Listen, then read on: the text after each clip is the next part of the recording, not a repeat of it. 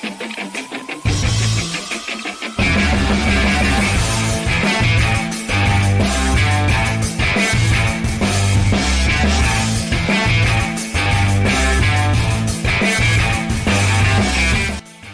is up, RotoGrinders? 3.5 hours nonstop NFL DFS conversation starts right now. It is week 6 Grinders live show. Myself, $4 million winner Bobby Gomes. You may or may not be able to see him, depending on when you're looking at the screen. But we're seeing Bobby right now. Shout out to Bobby Gomes, TastefulTides, Tim Buell as well. You got us all the way up to 11 o'clock on the East Coast. Normal suspects for the GPP Final Takes. Erik, Jordan, and Neil as well.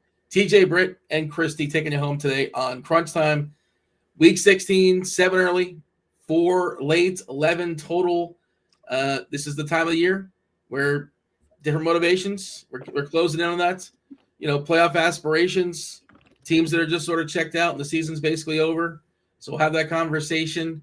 As far as players we're monitoring, basically everybody that was questionable is expected to play. Marvin Harrison expected to play. Drake London expected back.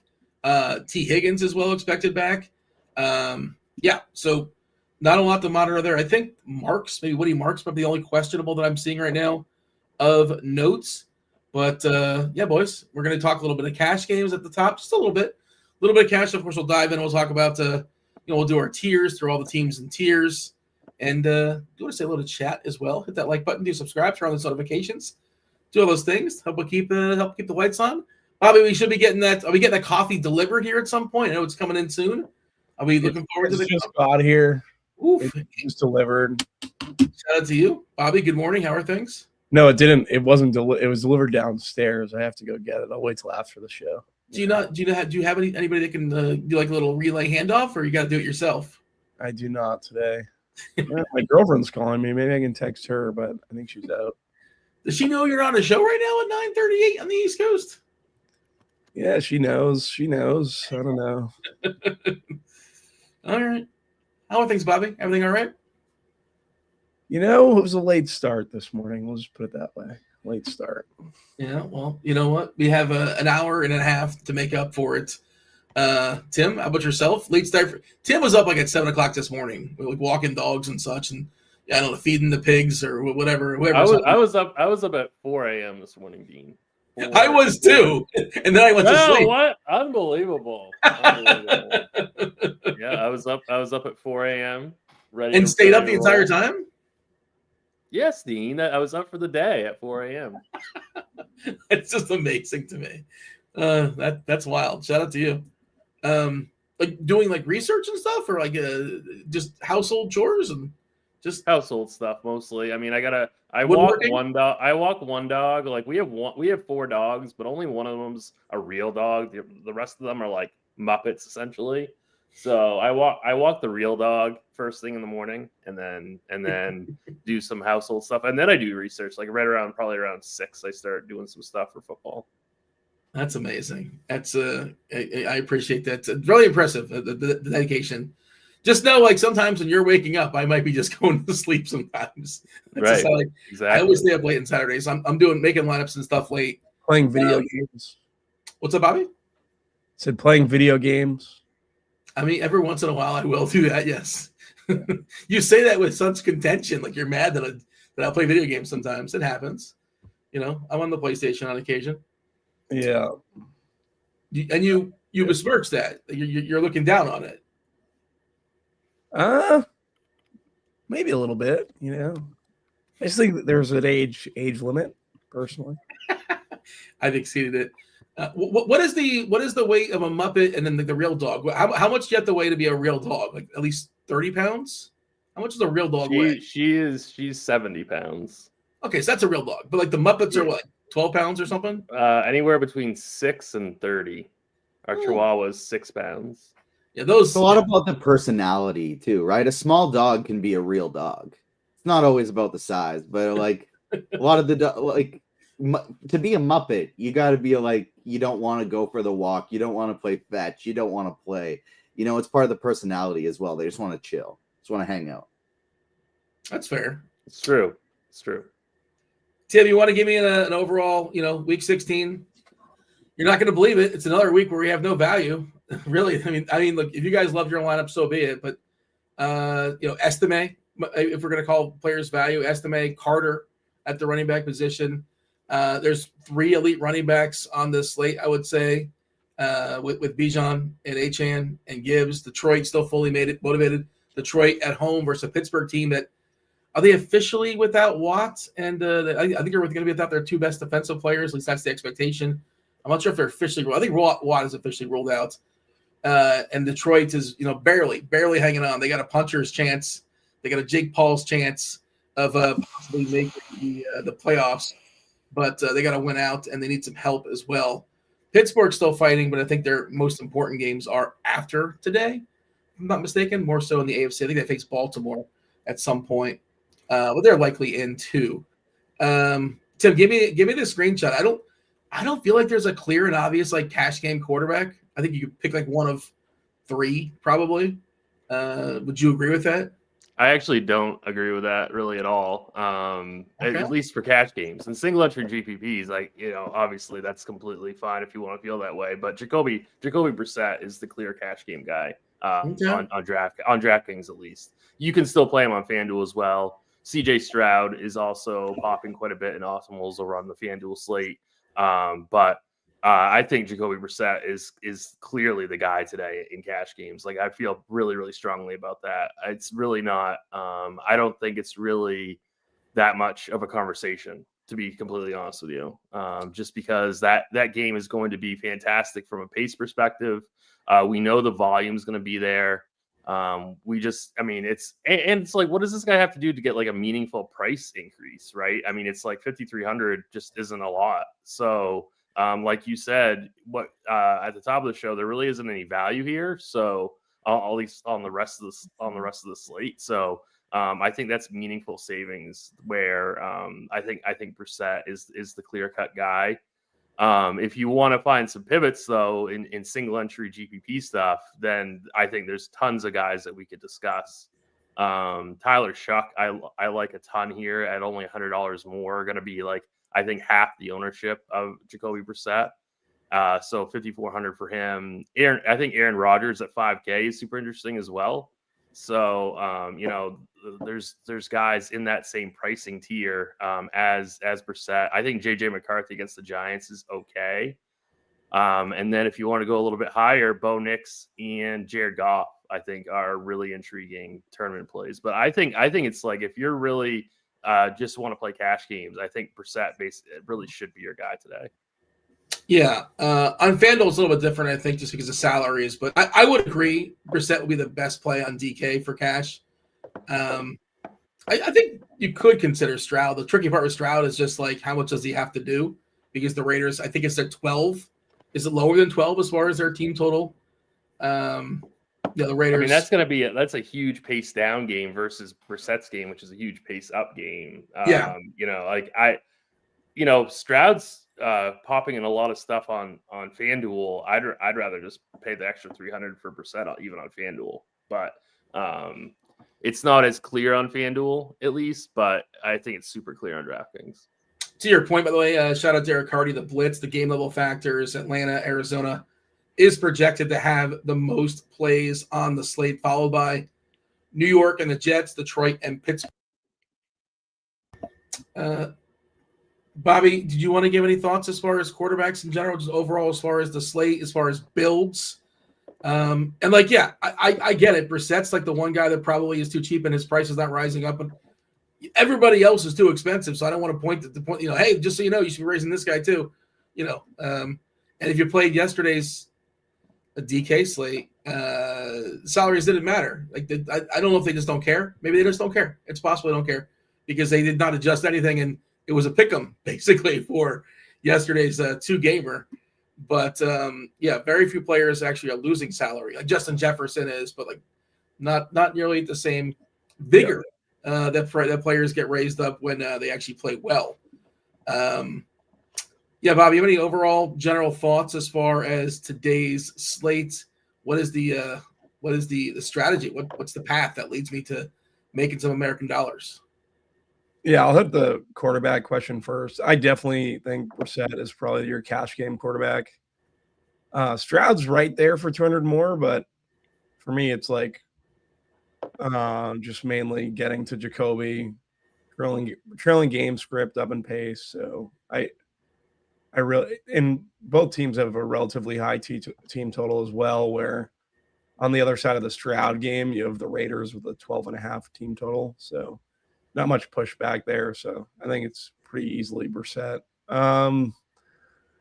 Overall thoughts on the slate, I feel like it's kind of like more of an old school DK slate where I'm getting to a lot of running back in the flex, Dean. I have my Bijan and my Gibbs. I think those are the two guys that I'm mainly getting to. You got him ahead of HN, pretty clear. Currently, I do have them ahead of HN. Yep, it would be Bijan, Gibbs, Michael Carter. Those would be the three main ones. I'm just currently playing HM with the field. So, yeah. And then at the wide receiver position, I guess we could just talk. Yeah, Amon-Ra in that Detroit game that matters, right? I think he's someone that stands out pretty significantly. Jamar Chase. Those are like the three main positions. Then when we talk everything, we'll just go over all of it. Yeah, Cincinnati is tricky because, of course, they're really playing for nothing. Higgins is coming back from his second concussion, kind of sort of somewhat surprising. They don't just shut him down, but as far as I know, he's going to give it a go today, taking on the Dolphins. The Dolphins, Tua might be over. They might never play him again. They might eat those last 2 years. They're turning to Quinn Ewers, 7th-round pick out of Texas. Once upon a time, number one pick or number one target or number one prospect in football, essentially top 2, top 3, and he certainly fell off from there. But that's how down bad Tua is that they're going to Ewers, who might be bad, but he's also facing the Bengals and he's also 4K, so maybe that doesn't matter necessarily. Tim, you want to just give me a quick little one over on running backs and receivers, just like kind of general thoughts as far as the build? I should mention, by the way, I did drop Chief Mineralogist Kevin Roth his article in chat. We're pretty clean as far as weather. It's yellow in Cleveland, yellow for the Giants, but really not a lot to monitor. This stuff can change. Weather is fluid. We're still over 3 hours out. Roth will probably update. If he doesn't update on the site, I presume he will. If necessary, he's on the Twitter as well. So we'll keep an eye on it and see. But as of right now, nothing really of note as far as weather. But it's a cold as hell. What do you got? I'm going to step out quick while Tim does the cash game. Go for it. Yep. Yeah, so Jahmyr Gibbs and Bijan Robinson are your two stud running backs today.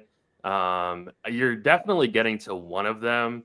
I would try to get to two. Like right now, the RG Ultimo has Gibbs and Amon-Ra, and obviously Amon-Ra is fantastic, and that's kind of the decision point that you want to make. Like, do you want to play Amon-Ra on the flex, or do you want to go Gibbs and Bijan instead of and fade Amon-Ra? Like, that's like a super important decision on the slate for cash games.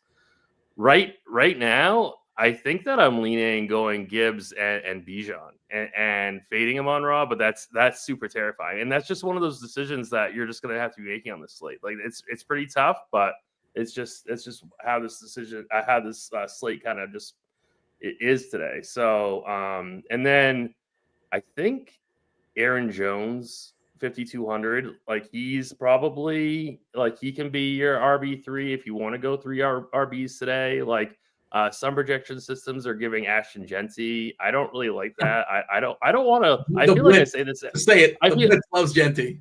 Yeah, like I feel like I say this every week. It's like I just don't want to play a Raider in cash games. Like I don't care if he's gonna PPR scam me. Like I don't really care. Like he hasn't gotten over 10 fantasy points in the last 2 weeks. Like he really hasn't been that good. And it's just, I mean, he's obviously fantastic, but that offense is just horrible. So it's like I'm not gonna play him. So I'd rather play Aaron Jones. I think you could make a case.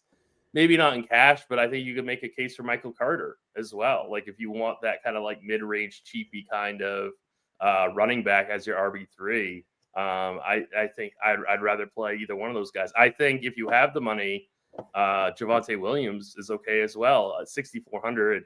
That's a pretty nice price. So I'm not playing Genty. So that's we'll just stop right there. General rule: I don't want to play a running back on a team with a 12 total. That's right.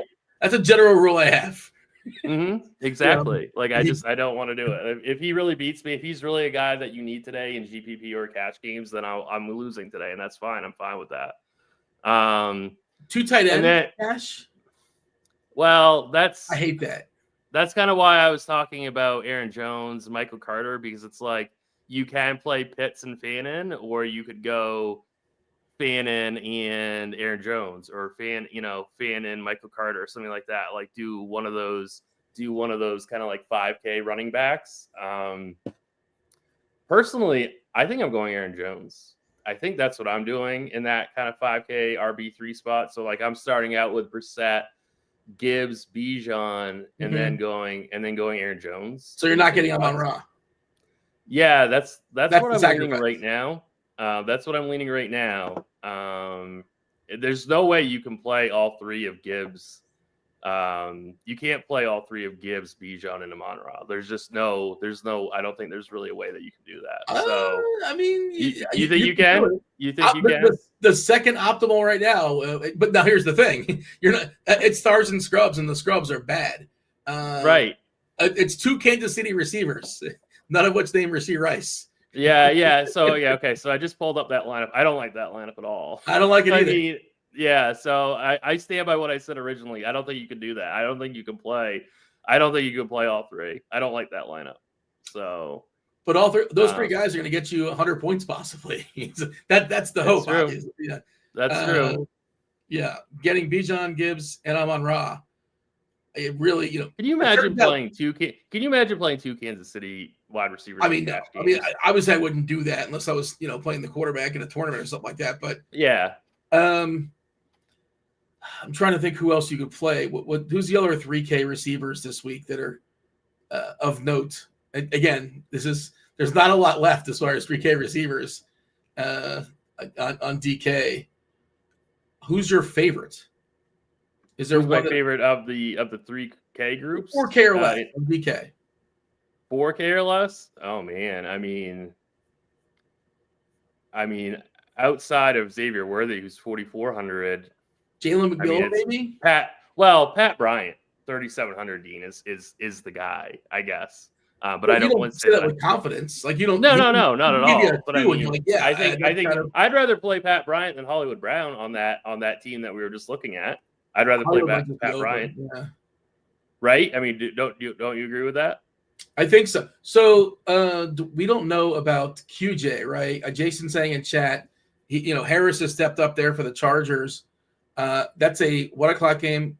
Quentin Johnston, last I saw, like he seems to be more likely to play than not play. Do we have an update on his status? I missed that one, to be honest. Bobby, are we back? We got our coffee. That when the early morning coffee hits you, it brings you alive.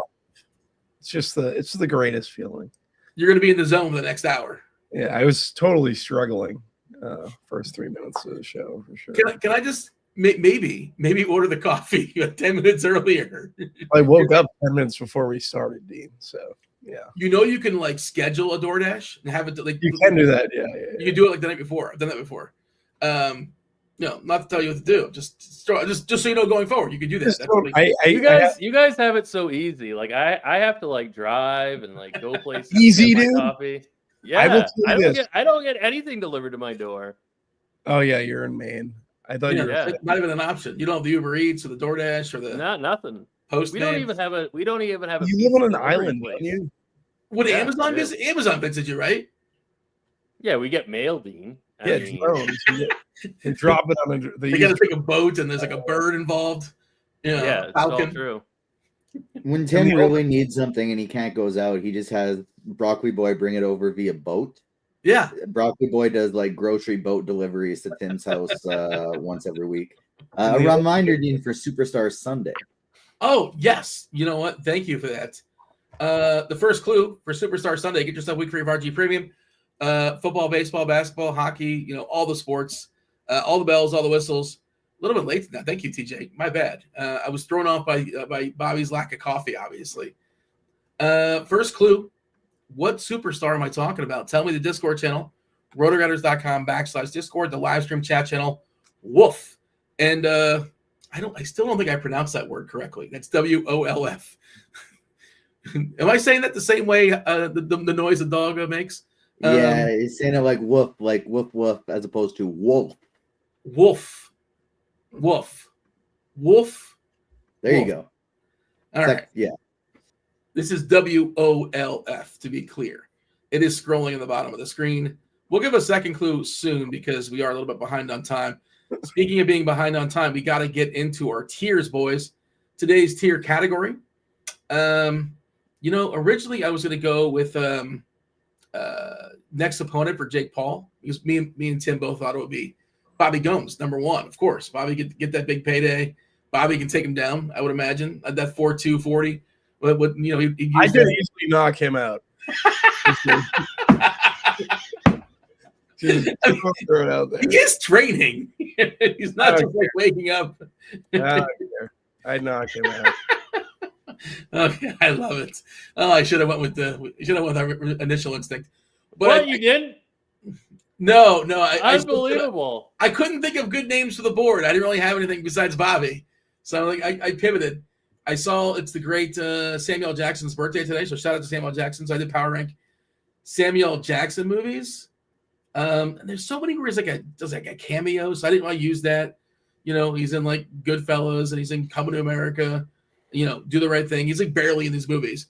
So I had a hard time power ranking, and I didn't want to do all the Tarantino movies either. So I just did one. But let me know in chat what is the best Samuel Jackson movie. Bobby, best Samuel Jackson movie is what? I don't even name a few, and I'll rattle one off. What's the best Samuel L. Jackson movie? I mean, I'm going to say what BTT said in YouTube chat. If Pulp Fiction isn't top tier, I'm flipping tables. So. I like Snakes on a Plane. Of course you do. Like you like it, or you like it ironically? Like me. His number one Samuel L. Jackson is The Avengers. The best. I don't know. I thought he was good. I don't know. Avengers. Django, Hateful Eight. He's in the Marvel universe as well. I don't really think Samuel L. Jackson's a good actor for what it's worth. Oh, jeez. Bobby, the takes that you're firing off. Take another sip of that coffee, Bobby. I'll give you the best movie he was in. It was Goodfellas. He's in like 3 scenes in that movie. He's barely in it. Scenes and they clip him in the end. Well, yeah. Spoiler, Bobby. I don't really. I'm not a big fan of Samuel Jackson. I don't know. Pulp Fiction, he was good, I guess. I don't know. You said what's your favorite Samuel Jackson movie? None like popped out to me where he was like this phenomenal actor. Triple X is his best movie. That's one of his worst, my understanding. I always put that in the 5-fold. Great call from Mario Donizzi, Star Wars Revenge of the Sith.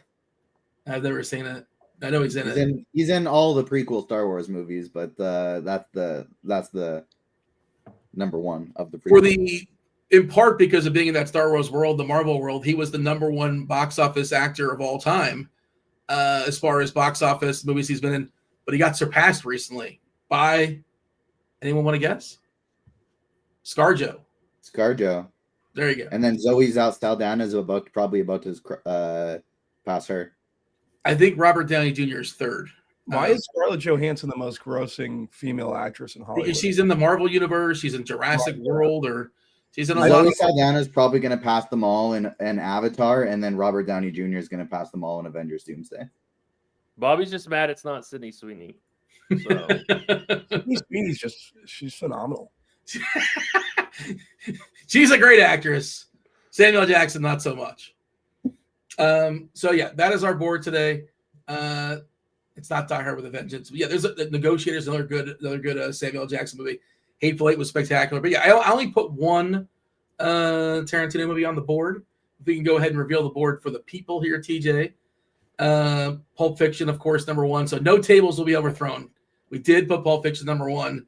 Tim, you're going to be okay, Tim? We're fine? Yep, I'm good. Unbreakable, he played Mr. Glass in the M. Night Shyamalan movie series, of course, with Bruce Willis.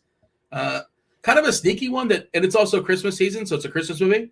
The Long Kiss Goodnight. For whatever reason, nobody ever talks about this movie. Just kind of lost in the world. But him and Gina Davis, it's really good. It's one of those movies nobody's ever seen. Snakes on a Plane is in the 4-hole. It's bad, but at least it's a fun bad. Like, you know what it is going in. Like, you bought the ticket for Snakes. You said one please for Snakes. Well, hopefully not just one. I guess you can go to the movies by yourself. But you said Snakes on a Plane, please. And you know what you're getting yourself into. You can't be upset when it's terrible. But it's a fun terrible. And recently he was in that one of the Saw movies, Spiral. I think Chris Rock wrote it. He starred in it. And it was pretty forgettable. I didn't like it. So that's what's in the 5-hole. Pulp Fiction, Unbreakable, Long Kiss Goodnight, Snakes on a Plane, and Spiral. All right, let's go ahead and give the people a second clue for today's Superstar Sunday. Wolf was the first clue. I don't believe we had a winner. I did not get a chance to look and see. You haven't told me the answer yet either in Slack, so just don't forget to slide that in at some point. I wrote it out, but I did not tell you who it was. So thank you. I have to hit return. There you go. Now you know who it is. And I haven't had a chance to see if anybody's binked it just yet. I would imagine no. But all right, yeah, it's not Michael J. Fox. Is that a reference? Oh, it's a reference to Teen Wolf. Okay, Michael J. Fox. Yeah, Teen Wolf reference. It's not Ray Allen or Russell Wilson or Michael Irvin or Torrey Holt or Pat Mahomes. Second clue for the people is waffle. So it's wolf, and waffle. That is your first two clues. Tell me what superstar I'm talking about. We did it. Actually, Bobby, we did the coin toss when you went to get coffee. And Tim won the coin toss. I don't know if you saw, or I don't know if you had earbuds in, you're listening or not, but yeah, it's good. It's good stuff. It's an unbelievable record that he has going here. That coin toss has never flipped my way. It's definitely not rigged. It's like the wheel on Wednesdays. Bucs, Carolina is the first game. Tim's gonna, set us straight here as far as where these teams go in the tiers. A game that matters. Tampa and Carolina, they're gonna play each other twice. This game really matters as far as who wins the division. We have all the pieces here for the Bucs are back. Evans, Egbuka, Godwin. We saw Evans come back last week, and he was pretty spectacular. Wasn't out there for every single snap, but when he was out there, he was awesome. Mayfield's been kind of not great. They also blew a 2-touchdown lead with like 4 minutes to go. Terrible job by Tampa. Talk to me about the Bucs and the Panthers, Tim. Yeah, when I first looked at this slate, I really didn't have any interest in this game. But now that I've kind of dug in a little bit more deeply, kind of thought about how this game is both like super meaningful, like you said, to both these teams, I kind of do have some interest. Ted McMillan, he's simming really, really well. I'm getting to quite a bit of him in my initial run of sims that I just did about half an hour ago. So I do like Ted McMillan. I think you can play some Jalen Coker in large field GPPs. I think you can even play a little bit of Bryce Young here at 5,100. So I don't really hate this game. I don't really hate either one of these teams. I like Baker quite a bit. I think you can play Baker like Mike Evans singles. I think you could do some doubles with Egbuka as well. I don't even mind Bucky Irving if he's really only going to be 10% here. Like, I know that there's still, White and Tucker in that backfield, but I think that this game has a lot of large field GPP appeal, despite the fact that it's not projecting amazing. So I'm going to put the Bucs in Unbreakable, and I'm going to put the Panthers in the Long Kiss Goodnight tier. Have we seen those movies, Tim, by chance? Are you aware of these movies? I've seen Pulp Fiction, I've seen Unbreakable, and I've seen Snakes on a Plane. But The Long Kiss Goodnight and Spiral, I don't even think I've ever even heard of those movies. Watch Long Kiss Goodnight. Spiral, don't watch that. I would, if you really, really like the Saw series, you can watch it, but it's completely forgettable. I do like the Saw series. It's a Saw movie, but okay. Yeah, it's whatever. It's not the worst, but I couldn't think of like the worst of the worst. And that's something he did recently that wasn't very good. Bobby, how do you feel about Tim's placement here? The Bucs and Unbreakable, and the Long Kiss Goodnight tier 3, right smack in the middle with the Carolina Panthers. Yeah, I'm gonna flip them. I'm gonna go Bucs in the Long Kiss Goodnight and the Panthers in Unbreakable. Reason being, with the Bucs, there's a bunch of receivers there, and it kind of muddles it. Like, obviously Evans is my favorite, but I just don't. I know exactly Bryce Young is throwing to Ted McMillan. So in a trailing game script, Both these totals are relatively high. I think for me, I like Bryce Young a good bit. I like the fact that it's a condensed target tree. On the Bucs side, it's more like Evans, and then figure out who else is coming next. Or Ibuka's been pretty terrible of late. Ibuka's been bad. Jalen McMillan's now in the mix. They run that Tez Johnson kid deep occasionally still. Like, it's just a difficult situation trying to parse through them. So for me, I'm flipping them. I do think it's a good tournament. Both teams are probably good tournament stacks, but I prefer the Panthers. I am going to put them both in the long kiss goodnight. So I'm going to agree with one of your adjustments, but not agree with both the adjustments. So it's a tie 1-1. Yeah, I don't know if I love either of these stacks necessarily. My favorite play in this game is Mike Evans, personally. The Bucky Irving thing's a little annoying because it's pretty clear. It seems like he's not going to have goal line touches. We saw that several times last week with Sean Tucker being inserted once they hit the goal line, which isn't terribly surprising, to be honest. But you kind of like that as a possibility, as an out for him, so he can get a longer touchdown. I wish Coker was a little bit cheaper, but he's one of my favorite 4K receivers. And I guess when it comes to the 3K receivers, supposedly there's some good coach speak with Jalen McMillan, but again, kind of tricky with, Evans, Ibuka, Godwin, all going to get some run as well. So, but yeah, both teams for me, smack in the middle. Bobby, you're up next. Buffalo taking on Cleveland, 41.5 is a total. Cleveland is a home dog by 11 points here. Josh Allen, it's tough to pair him with somebody.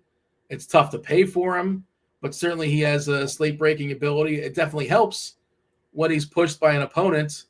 It doesn't seem like a spot where he's going to get pushed. You never really know, but it doesn't feel like that kind of spot today. Harold Fannin for Cleveland is looking like one of the most popular tight ends on the slate. He's been Shador's best friend as far as security blanket, kind of do everything here for the Browns.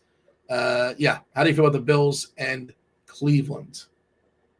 Yeah, the Bills I'm probably going to put right in the long kiss goodnight as well. I think James Cook and the Bills D is probably the best correlation stack in terms of like trying to figure this all out. From a stacking standpoint, that counts as a stack. Remember the rules, guys, in chat, just to make sure. Then Josh Allen, he's fine, but I just think they're going to pound Cleveland. And yeah, he might have a rushing touchdown. He might cut into James Cook. But pairing him with someone, I don't love it. It's never easy to do. Versus 2 weeks ago versus the Patriots, it was both tight ends. I don't know who it's going to at this point. On the Cleveland side, I do think Cleveland has interesting pieces. 2,200 for the Browns D versus Bills team that hasn't been great all year. I know they're coming off the Pats win, and their defense has just been abysmal. So I don't mind the Browns D for 2,200. I think Harold Fannin's a good tight end play. Probably my second favorite on the slate. I think Quinshon Judkins is in play at 6K at the running back position. Those guys are just ancillary, one-off, get them in your pool type plays, and I'd put them in snakes on a plane. Bobby, FanDuel, the defense question for you, the defensive savant. 3K, Stone Mint on FanDuel, Cincinnati or Tennessee? Cincinnati or Tennessee? Yeah. I would probably lean. I'd probably go Tennessee. Tennessee versus Minshew. That terrible whatever's left of the offensive line there for Kansas City, and the Bengals taking on Ewers. Yeah, I'd probably go Tennessee. I kind of bounced back and forth. I couldn't figure out, and I was sort of shuffling, kind of flipping coins as far as. I will say the Browns defense on DraftKings is super interesting. Pivot off the Jets, who are going to be super popular today. So nobody's going to be playing the Browns defense. So I think that's I'm going to be playing a lot of the Browns defense. I think that's a good play. I have a ton of Browns D. They're my highest owned defense at 2,500. That's cool. They're your favorite cheap defense, Bobby? Yeah. On DK? Yep, for sure. Tim, we have the Browns staked on a plane. Buffalo right smack in the middle. Your thoughts? I really don't have anything to add here. I like where Bobby put both these teams. I do like James Cook a ton for GPPs, but really he's just like kind of a pivot off that Bijan Gibbs kind of tier. But really, realistically, I'm not going to be playing Allen or Cook in 3-max stuff. But in large field stuff, I do like that. And then we just talked about it, like Fannin and the Browns defense, I think is super interesting. Fannon's obviously going to be like super, super chalky. He's definitely a cash game play, somebody that I'm considering in single entry as well. Like he's a really, really strong play today. I think Fannon's good chalk. But I'm not going to put this team any higher. I think stakes on a plane is completely fine. You know what defense has the second most sacks? It's pretty cheap as well. That I don't know how much they're going to get played. They're kind of in that mix. Second most sacks in the season. You probably wouldn't guess them. I wouldn't have. The Falcons. Falcons are the second most sacks in the league. So yeah, that's interesting. That's interesting as well. Yeah, a little bit of a leverage play because if everybody's playing Brissett, I don't know how many people are playing the Falcons. Okay, so no points awarded. You guys were being agreeing. So we got to move on. Next game up, we're going to talk about it's the Chiefs and the Titans. Bummer for Pat Mahomes. You know, hopefully he's back at the start of next season. Probably not going to be with Travis Kelce. This is probably it. Probably 3 more games of Kelce. It's the first time ever, I want to say, for Kelce that he's been eliminated from the playoffs. I think I saw that someplace. Am I making that up? I think that's legit. I don't think he's ever been not in the playoffs. Kansas City's not missed the playoffs since 2014 or so, give or take. So Minshew taking on the Titans, still a 3-point favorite here. And no Rashee Rice, he's out with a concussion. You have Worthy, who's pretty cheap. You have Hollywood Brown. If you think somebody's going to step up in the absence of Rice, Kelce also in play. This is Tim's board. Kansas City Titans. What do you got? I'm going to go Titans in the spiral tier. I'm not getting to any of this backfield. I'm not getting to any Cam Ward. DK and Io Manor, I guess, are okay in like super large field stuff, but really the stack is out of play for me. I know the Titans defense is like popping in some places. I think they're okay, but I don't love them. So I still think this is a bottom tier team. The Chiefs I have quite a bit of interest in. I think you can play Minshew singles or doubles. I wouldn't play Marquise Brown, but I obviously love Xavier Worthy. He's definitely a cash game play. I love getting to Worthy Kelce. I think that Kelce is going to PPR scam quite a bit here in these last 3 games. I think today is going to be one of those days.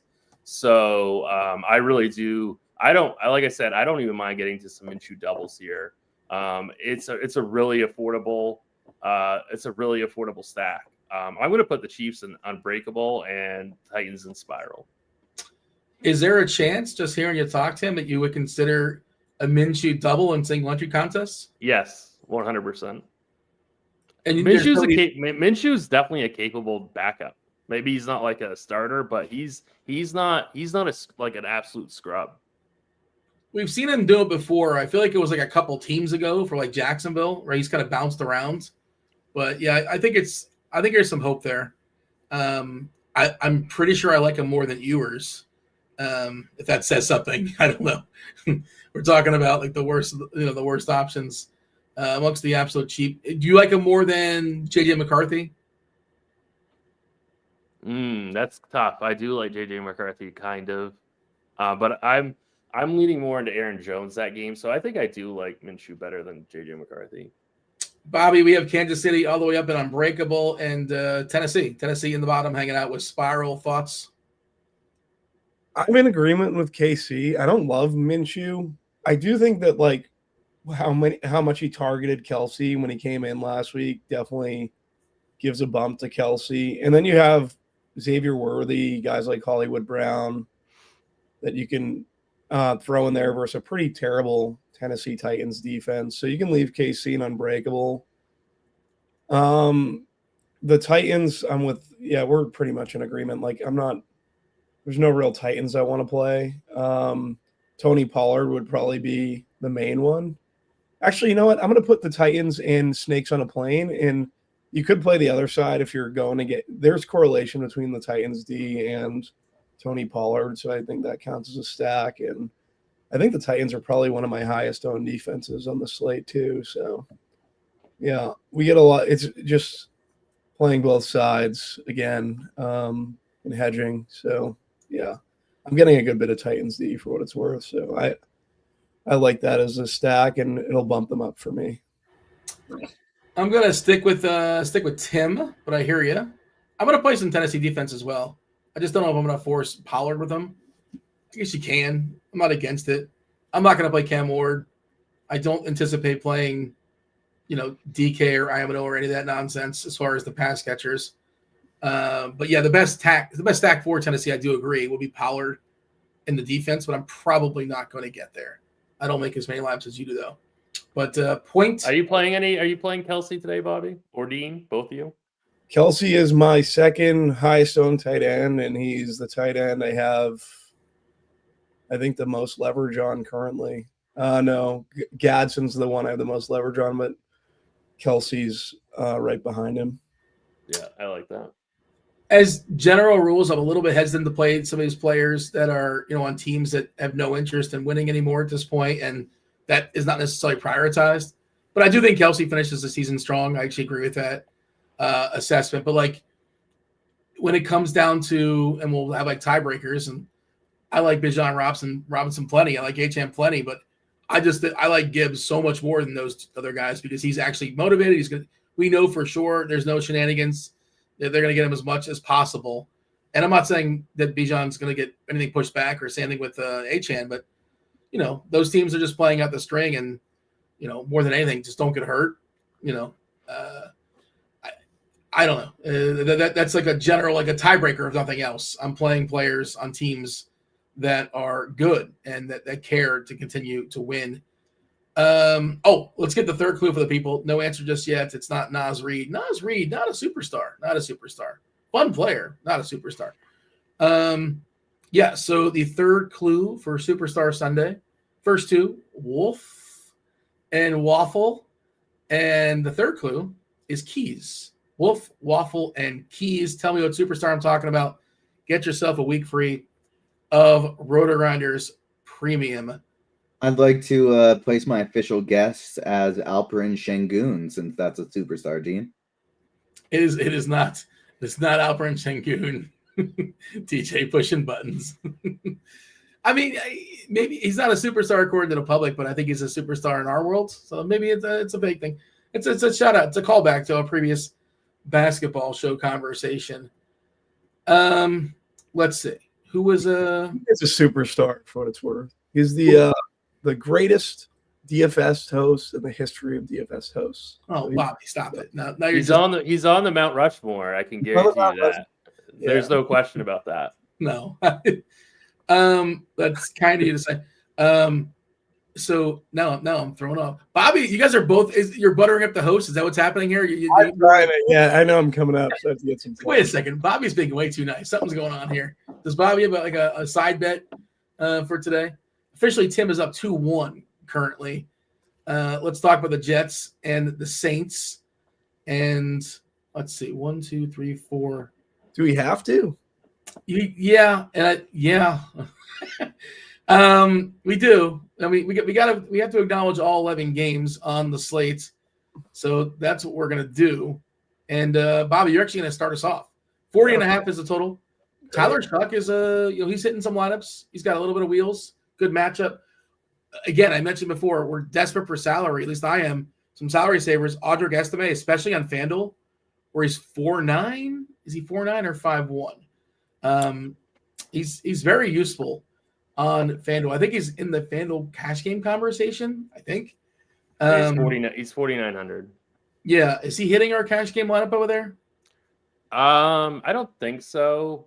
But I don't think it's a bad take that you could play him. He's hitting some. He's hitting some, but not all. He's hitting some, but I think it's mostly like Michael Carter, Kenneth Gainwell in that down there. But yeah, he's okay. He's definitely fine. Yeah, Bijan, Gibbs, Carter, Gainwell, Jones, Brown, Estime, Cook. That's kind of the list of ownership in the 100 or so lineups that I made with some variants. Yeah, Bobby, I know you don't want to talk about it, but we got to talk about it. Chris Olave looks pretty good. Novelle as well, which is of note. Juwan Johnson, one of the cheap tight ends, I think that are in play. Best run back for the Jets, probably Eddie Mitchell. Eddie Mitchell in the dome here. But you tell me, Bobby, how do you feel about the Jets and the Saints? Yeah, I'm pretty heavy on Breece Hall at the running back position. I think he's the pivot that I'm going to be going to a lot at 5,900. So he's fine for the Jets. A.D. Mitchell, I think, is fine as well. Like you said, he's in a dome, kind of plays to his strengths, being on the fast track at 4,500. Don't mind him.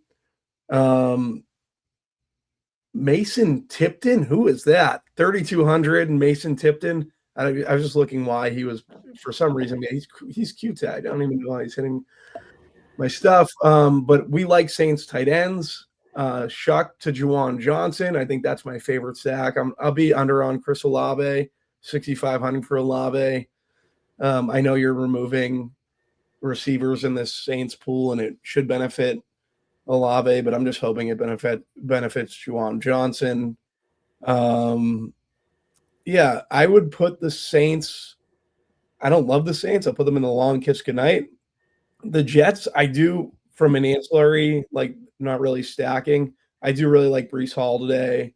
I do like A.D. Mitchell, so I'll put them in snakes on a plane just for having plays that I think are valuable in tournaments. But they're not. If I had to actually say I don't want to stack the Jets, but I think they're fine enough to put them in snakes on a plane because I think those plays are good plays.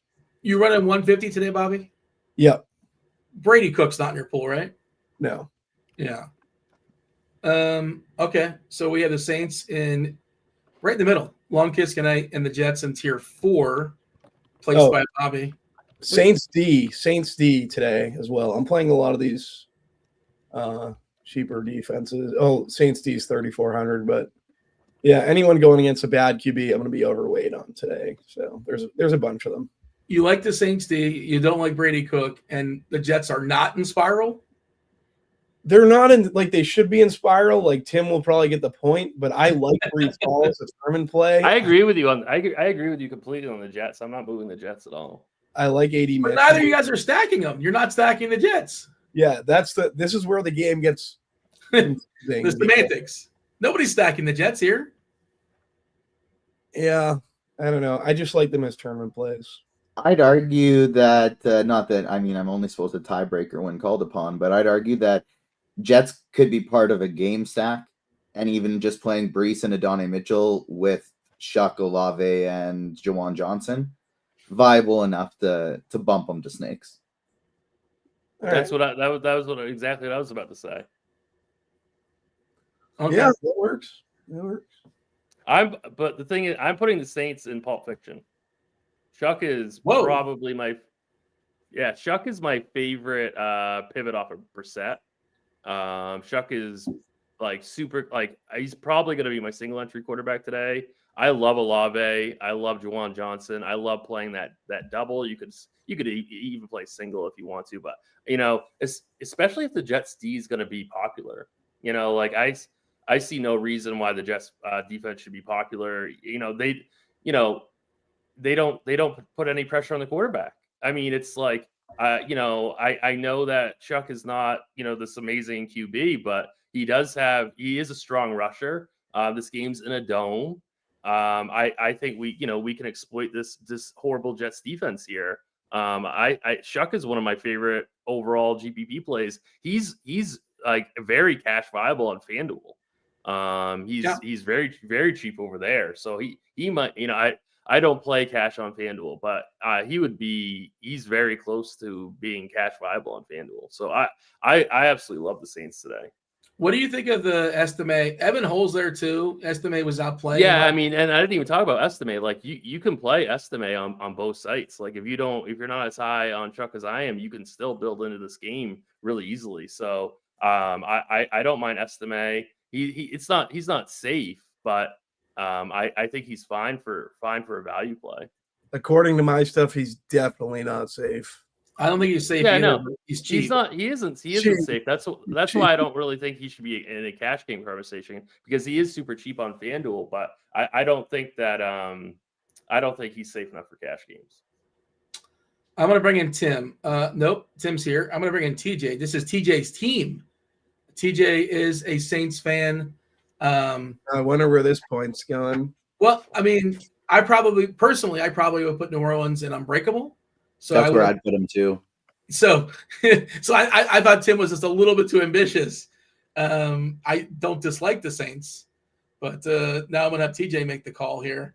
So I think the Saints are a great stack today because it's just so clear that you're gonna get 20 plus targets for Olave and Juwan Johnson. Like anytime there's a clear double stack pairing, that's who I really like quite a bit. And so I will side with Tim, but I'm with you. I would probably have them in unbreakable because I would have them a little bit behind Kansas City. I like that cheap stack actually a little bit better. Yeah, you would flip those two on the board. You would flip Kansas City and the Saints. But point to Tim. Tim up 3-1. Tim, you're setting us up here for Minnesota and the Giants. 43.5 is the total. Minnesota is a 3-point favorite on the road. McCarthy's one of the cheap options for sure. I keep hearing people say how cheap Jefferson is, and you know what? He's earned that price tag. He's been worse. His last 3 weeks, he scored, his highest score in the last 3 weeks is 4 points. 4. Yeah. And it's like, $6K is almost too expensive. I know at some point this would change. It's a turnaround. Today. Well, that's what you said last week. Not you, but somebody. I didn't say it last week. Everybody else said it last week. I'll say it this week. It's coming today. Why this week? Well, why is it happening this week and not the last 4 weeks? He's been terrible. There's no way around it. I'm not saying it's not, but convince me. I just feel like it's been like every other week. People are trying to make it happen. I think it's this week because I don't know. It seems like he's just going to them and they're just missing. You know what I mean? So eventually that's going to turn around. I don't know. $6K for Justin Jefferson. I'm all over it. This is another team. The season's over. They have nothing to play for. There's rumbling. There's rumblings of him being upset. And they do have something to play for. They have to they want that stack, the future of their franchise. If they want it to work, these two have to get going. So eventually they're going to make it happen. Okay. It is. I hate to say this, but I kind of agree with Bobby here. I mean, this is kind of shocking me, but I do. I don't like that. That's what they're motivated by right now. The season's over, but they have to figure out Justin. They've been motivated by the last. Yeah, well, I think they are motivated. They weren't motivated last week or the week before. They're trying to find. Well, I mean, they won last week. Yeah. They beat Dallas last week. Shout out to them. But they've been. I won the $100 single entry on Showdown. Look at you. That's right. I should have mentioned that. Yeah. I hate Showdown, by the way. Hate it. I legitimately hate it. What, you just won like 5K the other day? The last 3 slates, 3 out of the last 4 slates, I finished second in Showdown in the large field with under 5 dupes. I lost one because of a stat correction. Last night I lost by 0.03 of a point, and I couldn't get the stat correction. On the DJ Moore TD, I thought I was going to be in first, and then I forget what happened the other one, but yeah, I'm over. Do you watch your live scoring for Showdown the entire game, or you wait till like 5 minutes left in the fourth quarter? I'll watch it. If I can watch it, I'll watch it. But just with kids and life now, it's tough to like sweat games or watch a lot of it. Yeah, I can watch it Sunday, but yeah. Yeah, I mean, it's just that like, you're just torturing yourself if you're like getting excited. And I'm not saying that's what happened, but like, 2 weeks ago, I was up 6 points with like a minute 30 left. And then David Sills had 6 points on one drive and got a stack to beat me. That's crazy. Yeah. A 6-point lead, it feels really, really strong. Like with a few minutes left in Showdown. And yeah. And then David Sills beat you. It's a fickle game. David Sills.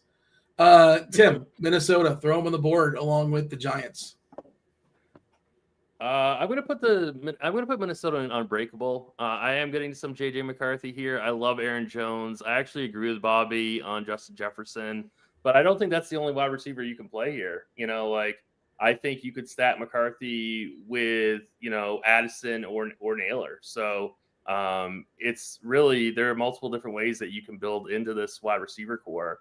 And I think under 5K here in this matchup is a really good price tag for McCarthy. And we know McCarthy can rush the ball too. So I think Minnesota is a really nice stack here. So I do like them a lot.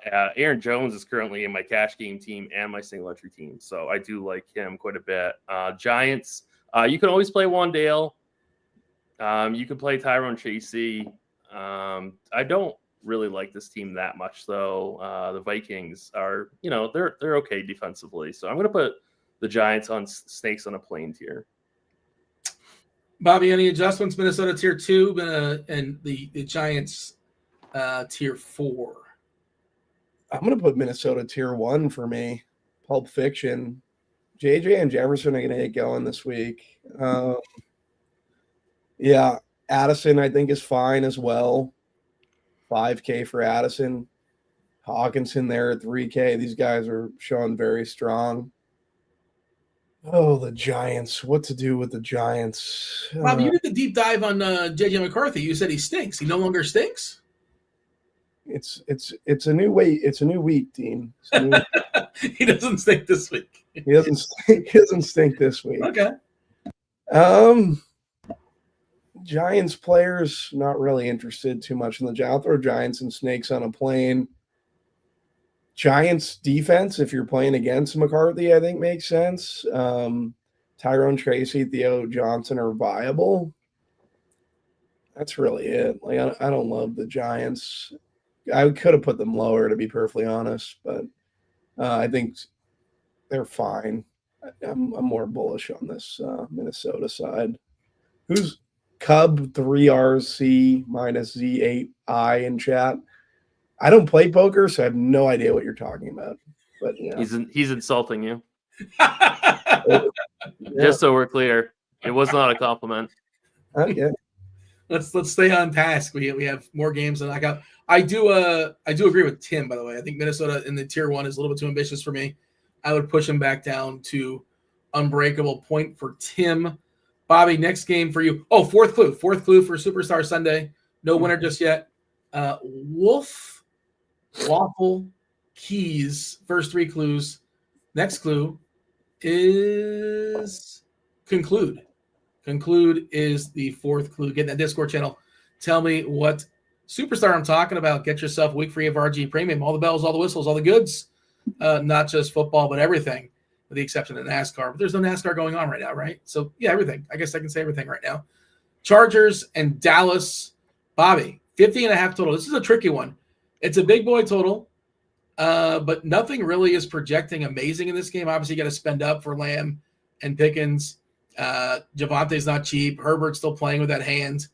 I think that Trey Harris would step up as an interesting cheapie if we lose Quentin Johnston, who I don't see any clarity. I'm trying to find some clarity on the Twitter. I got nothing.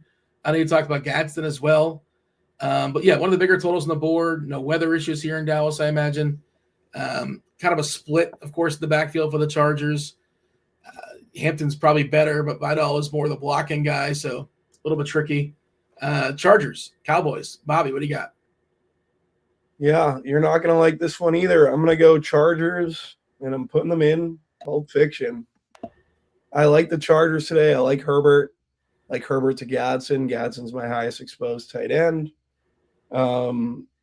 Lad McConkey, I think, will finally get off the schneid here, just like Justin Jefferson. I think Keenan Allen's firmly in play. Really like Herbert stacks. I think Javonte Williams is a very good GPP, like large field term and pivot. Someone you can run back these Herbert stacks with. I think CeeDee Lamb is another one that is in that conversation as well. Not so much on George Pickens. That would be the main guys I have. If I had to put Dallas anywhere. You do? Yeah, I do, unfortunately. I'm going to put Dallas in the long kiss goodnight. They're just expensive. So, I think I prefer the Herbert side. The game script has them trailing. So, yeah, I like the Herbert side. Do we know about Q Williams, if he's going to play or not for Dallas? Is that official, or is that still kind of up in the air? My assumption is he's not playing for defense. I would assume he isn't playing either. That looks like a pretty rough injury the other night, right? Yeah, which should weaken that Dallas defense. Tim, we got the Chargers all the way up top, hanging out with Jules in Pulp Fiction and Dallas smack in the middle. Your thoughts? I just can't go quite that high. I do agree, though. I do like the Chargers. I'm going to put them in the unbreakable tier. This game reminds me of last week when it was the Bills and Patriots, and the total was really high, but nobody projected that well. It's very, and that game went off. This game seems very similar to me.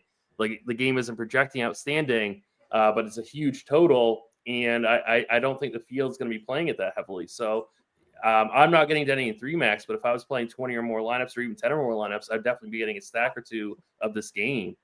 So, so I'm not quite as high on the Chargers as Bobby, but I think they're a fantastic play. So I'm going to put them in unbreakable. The Cowboys, it's pretty similar for me. I do agree with Bobby.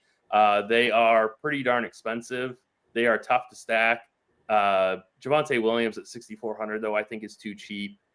It would definitely be CD over Pickens for me. I think Pickens is kind of checked out here. Like, I hate analyzing, like predicting that, but it just seems like he's just not interested in playing. And so I think it's CD Lamb if you want to get a one-off of this game. But I think Javonte Williams is super strong here for only $6,400. So I think he's the best play here. Yeah. Pickens not doing the best job of like putting out the best tape before he's a massive free agent, but somebody's going to pay him a boatload no matter what. That's going to happen. We'll see. Unless he gets franchised. I guess they can franchise tag him, I suppose, in Dallas. But, I think Chargers too high in the 5-hole, 1-hole. I mean, I just don't know who to stack with Herbert. I'm also just concerned that he's not great with his hands. I like the skills, and it's not super obvious who to pair with him.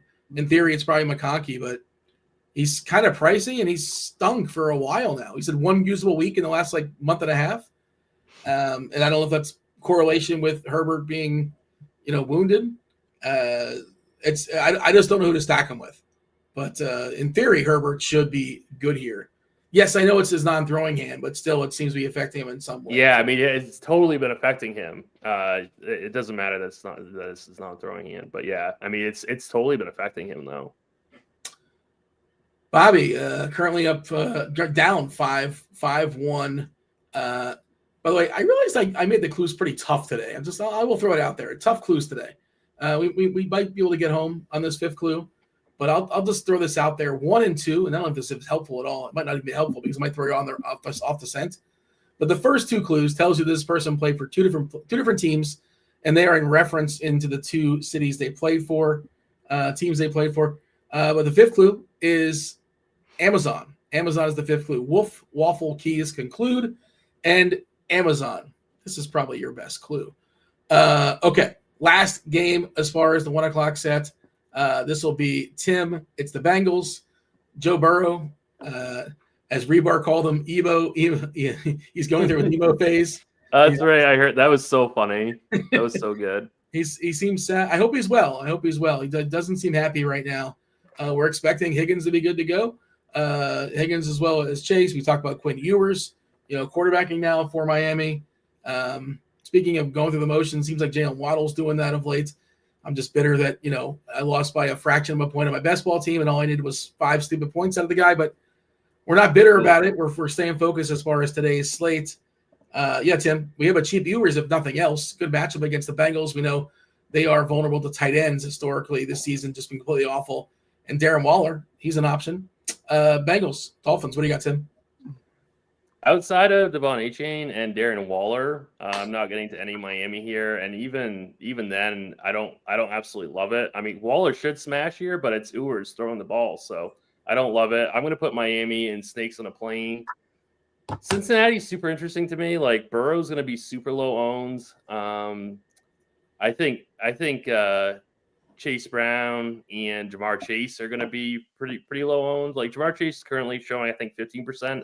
I don't think he's going to get much higher than that. I'm going to put Cincinnati in the long kiss goodnight. I'm a little bit unsure what to do with this game. It's just, yes, there are pieces you can get into in large field GPP, but I don't love it here. So I'm going to put Cincy in long kiss goodnight and Miami and Snakes on the plane. Bobby? Yeah, I'm over on Burrow and Chase pretty significantly. So I'm going to put Burrow and Chase in unbreakable. They're the main Cincinnati guys that I want to get to. want to pull this. Chase Brown, I think Chase Brown. I don't know what just happened to my screen. It's mainly Burrow and Chase for me on the Cincy side. On the Miami side, I think I'm fielding Achane. There really isn't. I don't think I'm going to play much Quinn Ewers. Probably at the field with him. Not really interested in it. It's mainly Burrow and Chase for me in this game, and I'm going to put them in unbreakable. They're standing out pretty significantly. For me, I guess T. Higgins you could throw in there for Burrow doubles. Gesicki you could throw in there for Burrow doubles. I'm going to put the Bengals in unbreakable. In Miami, I'm going to put in spiral. I don't know. I don't love the Dolphins today. If anything, it's Achane. TJ, jump in here. What were you saying here in chat? You feel like Bobby has failed? You said there were some free points up for grabs. What did you expect, or what did you think Bobby should have done? All you had to do was raise me at Miami. I got him in Pulp Fiction today. Good luck. Good luck. I can assure you that's not working out, but yeah. Good luck. Well, I can assure you, you're wrong. Well, thankfully they play the game, so somebody's going to be right. But like hours, I will say this: it's amazing how much I come on the show and then I'm right after the show. Because you scored that you watched the show like at 8:00 on Sunday night. Oh, I remember. Yeah, I remember. You can see it too. Like if you go back, flashback, you can see how slates play out. TJ loves his doubles for cheap quarterbacks. I know that's what he's doing. I imagine it's worked all season long. No, well, I mean, one double will work out of like the 7 terrible options. Doesn't work every time. No, like it's been pretty consistently, like almost all of them that I've been doing because I've been sticking to Shuck and those Jets guys. But today it is the Dolphins. My main lineup has Gibbs, Bijan Robinson, and Devon Achane. I love those guys. I love that. I love the thought process. And then you have Ewers, Waller. Ewers with Achane and Waller. Yeah. Okay. Yeah. Because they're facing the worst team in the league against tight ends and running backs. So, who gets? I'm confused now. Who gets the point? TJ, you're deciding who gets the point here. I'm yielding to you.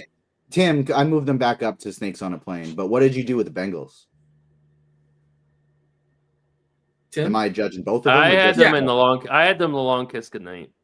I think that's what it should be, personally. Oh yeah, I just wasn't sure if Dean was on that one or if I was just Dolphins or what. But yeah, I'll bump Dolphins up to Snakes on a Plane then. I just I don't know what to do with T. Higgins. I feel like he probably shouldn't be playing, but he's playing. So I guess I was gonna say he shouldn't even be on the field.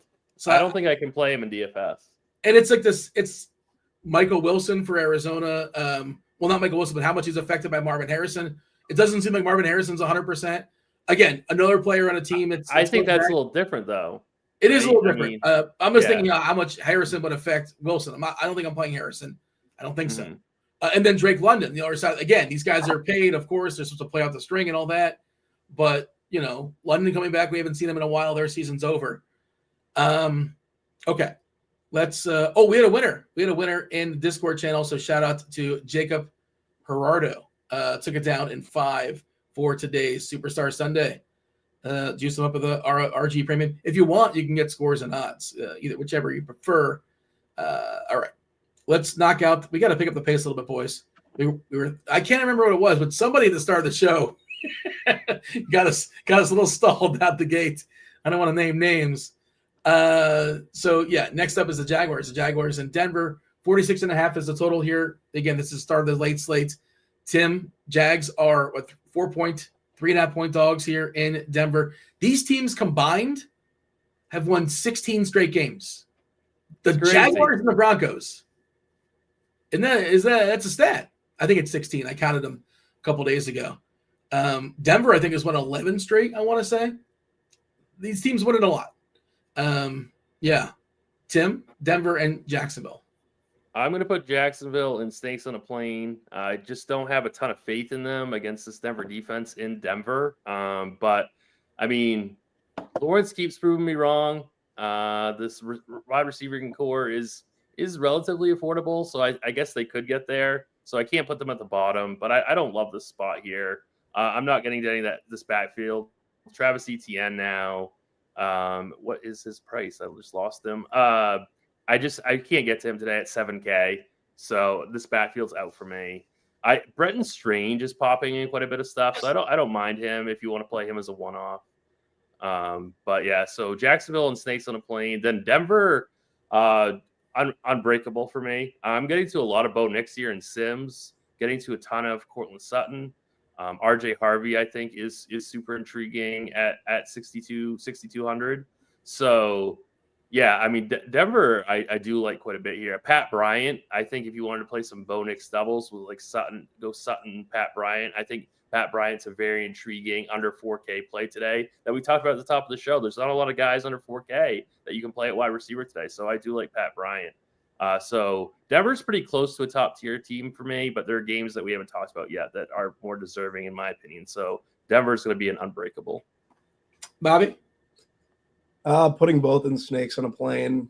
Bo Nix and the stack's going to be chalky. I'm going to be under on it. Cortland Sutton, I think, is probably the best play from Denver. I would say Myers is interesting for just his rapport with Trevor Lawrence has been great. ETN is priced up, but it's a differentiated way to play the slate if you're getting over on him, which I'm fine with doing in large field stuff. Pat Bryant, I think he's a fine value at 3,700. It's mainly just like not getting to Bo Nix at 6,100, and there's so much value at the quarterback position that we've kind of talked about. So I don't really love the Denver stack.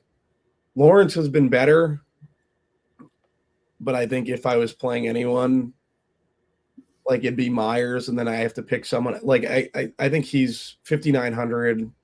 I don't know, going up against this Denver defense. I don't have a ton of interest in the Jacksonville Jaguars. I will say ETN at 7K, I think, is a good differentiator in large field tournaments. He's been playing a lot better. I kind of have Denver in the middle, so I don't really agree with either one of you guys. But since Bobby said that, he's right when he watches the shows later on in the day, I'm just going to assume he's right here. So I'm going to give the point to Bobby. Unbelievable. Challenge. Lindsay was right when I watched the show later in the day. It's just that we miss stacks that like you should be looking at from a leverage standpoint based on just playing the projection. It looks like TJ is upholding the challenge. Is good. The good challenge. TJ's just moved Denver to unbreakable. So there you go. I was trying to artificially make the game a little bit closer, but point to you don't have to make the game a little bit. I knew what you were doing, Dean. Yeah, I knew what you were doing. It's like Mario Kart. Yeah, exactly. You gotta let Bobby catch up. Yeah. Tim's gotta slip on a turtle shell. No red shells. No red shells for Bobby. All right, Bobby, Atlanta and Arizona, 48.5 is a total. We are expecting the return of Drake London. Marvin Harrison seems to be on task to play as well. Brissett, one of those popular quarterbacks on the slate, if not the most popular, if nothing else, the cash game quarterback, certainly on DK. Michael Carter should be cheaper, but he's one of the cheaper running backs on the board. 6-1 on FanDuel, 5-4 on DK. How are you seeing? And if you have all the salary in the world, of course, you want some McBride. Bobby, how do you like the Falcons and Arizona? We do have to pick up the pace here a little bit. We're having too much fun here, boys. I'll stop talking.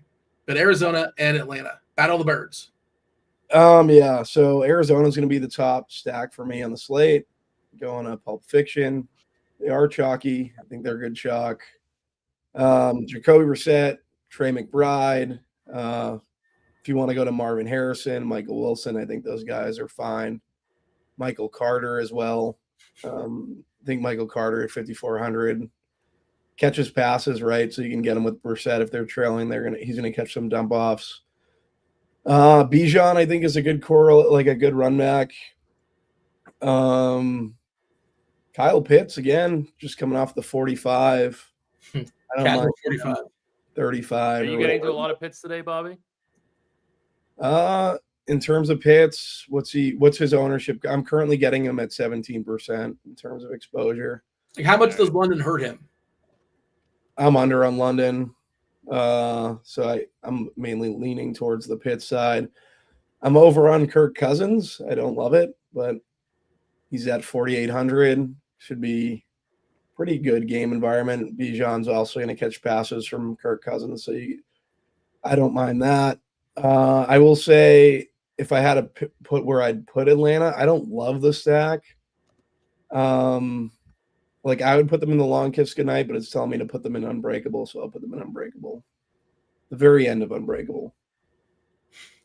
I'm fine with that. Right when the reveal is happening. Arizona's definitely Pulp Fiction for me, and I'll keep Atlanta in unbreakable. That's fine. Getting to a bunch of both of these teams, obviously getting to a ton of Bijan, a ton of Kyle Pitts. Drake London is interesting in GPPs, but I mean, I think Arizona is definitely a top play today. Like, you can play this in multiple ways, whether it be Brissett doubles, you can play Michael Carter. You can play Michael Wilson. I don't care that Marvin's back. I think you could still play Michael Wilson even with him back. I don't think that's like a gigantic deal. So I think Arizona is a very clearly a top tier team today. Bobby, Raiders, Texans, 37.5 is the total here. Raiders have an 11.5 team total. Lowest total on the board, lowest team total on the board, biggest favor on the board. I feel like this is somewhat of a catch-me-up game. You tell me, Bobby, how do you feel with the Texans and the Raiders? I like C.J. Stroud and Nico Collins for sure. I'm going to put them in Pulp Fiction as well. I like Dalton Schultz a good bit. Jaden Higgins you could throw in the mix, but definitely Stroud to Collins. Yeah, those are like the main plays, and I'm not the Vegas Raiders. Just put them in spiral. I know we worry about the pushback and stuff like that, but I have no interest in the Raiders outside of probably Brock Bowers. Yeah. I mean, that's just not just the name of the movie, but that's just the franchise, the best way to describe them, spiraling there. Yeah, tier 5 for the Raiders. Lippy in chat says people are sleeping on the Raiders. Well, Tim, are you sleeping on the Raiders? Yeah, they are definitely sleeping on the Raiders. Yeah, I'm definitely going to put they're fine in spiral for me. They're definitely bottom tier. Texans are too high in my opinion. I'm going to put the Texans in the long kiss goodnight. I'm obviously fine with Stroud and Collins, but that's really it. And I have a lot of kind of just concerns about this game in general, so I'm going to bump the Texans down. I agree with Tim. Yeah, Tim. If you have Tim on the alt line today, you are smashing. I think it's 7-1 currently. 7-1. I mean, the backfield's a mess. We're not sure if Marks is going to play. We're currently projecting him in. And if he's in, like we saw, Jordan was great last week. Marks probably gets hurt at some point. Chubb is back just for fun. Dare's there to steal some third down nonsense. Yeah, CJ and Collins should be good for like at least until this game is over. And it might be over too fast. So I have a hard time in the Raiders, like 11.5 total, whatever. If they do it today, good for them. But this defense is so good. So I'm not picking on them. Oh, I want to mention before we talk about the last game, Pick Labs, brand new, newest feature here, lets you scan the best player props and pick them bets in just seconds. I was playing with it the other day. Everything broken down for you from edges and win rates to value. It is dummy proof. It's a clean board. Shows you which plays actually stand out across sports books and sites like Underdog, Prize Picks. And when you see something you like, Pick Labs will actually build the slip and send it straight to the book of your choice. You tell them what book you want it on. Right now, you can try this for free. Pick Labs, it's completely free on RotoGrinders through December 28th. So next week or so, it is free. We can go ahead and drop that link in chat. I will tell you what it is verbally as well. RotoGrinders.com/PickLabs. Try it once, and you'll wonder why this was never a thing already. Again, RotoGrinders.com/PickLabs. All right, and I'll try to drop that link in the YouTube as well. Tim, close us out. Possibly the best game on the board. You tell me. Pittsburgh, the Steelers in a dome at Detroit. 52.5 total. Detroit, biggest team total on the board. Fully motivated. They're, they got to win out. Gibbs, Amon-Ra, J-Mo. It's a really condensed offense these days. Steelers also expected to be without two of their key defensive players. Tim, Steelers, Lions? Yeah, Lions definitely in Pulp Fiction today. You can again another team that you can play in a multitude of ways. Gibbs, Goff, Amon-Ra, obviously, J-Mo. I mean, you could play Goff doubles here if you want to. People were asking about JMO and Cash. Like, I don't know if I necessarily love that, but GPP's fantastic. And like you can play him in Cash. I think there are think you can better too. ways. Yeah, but I just think there are better ways to kind of like build out your team today. It's just my only thought against that.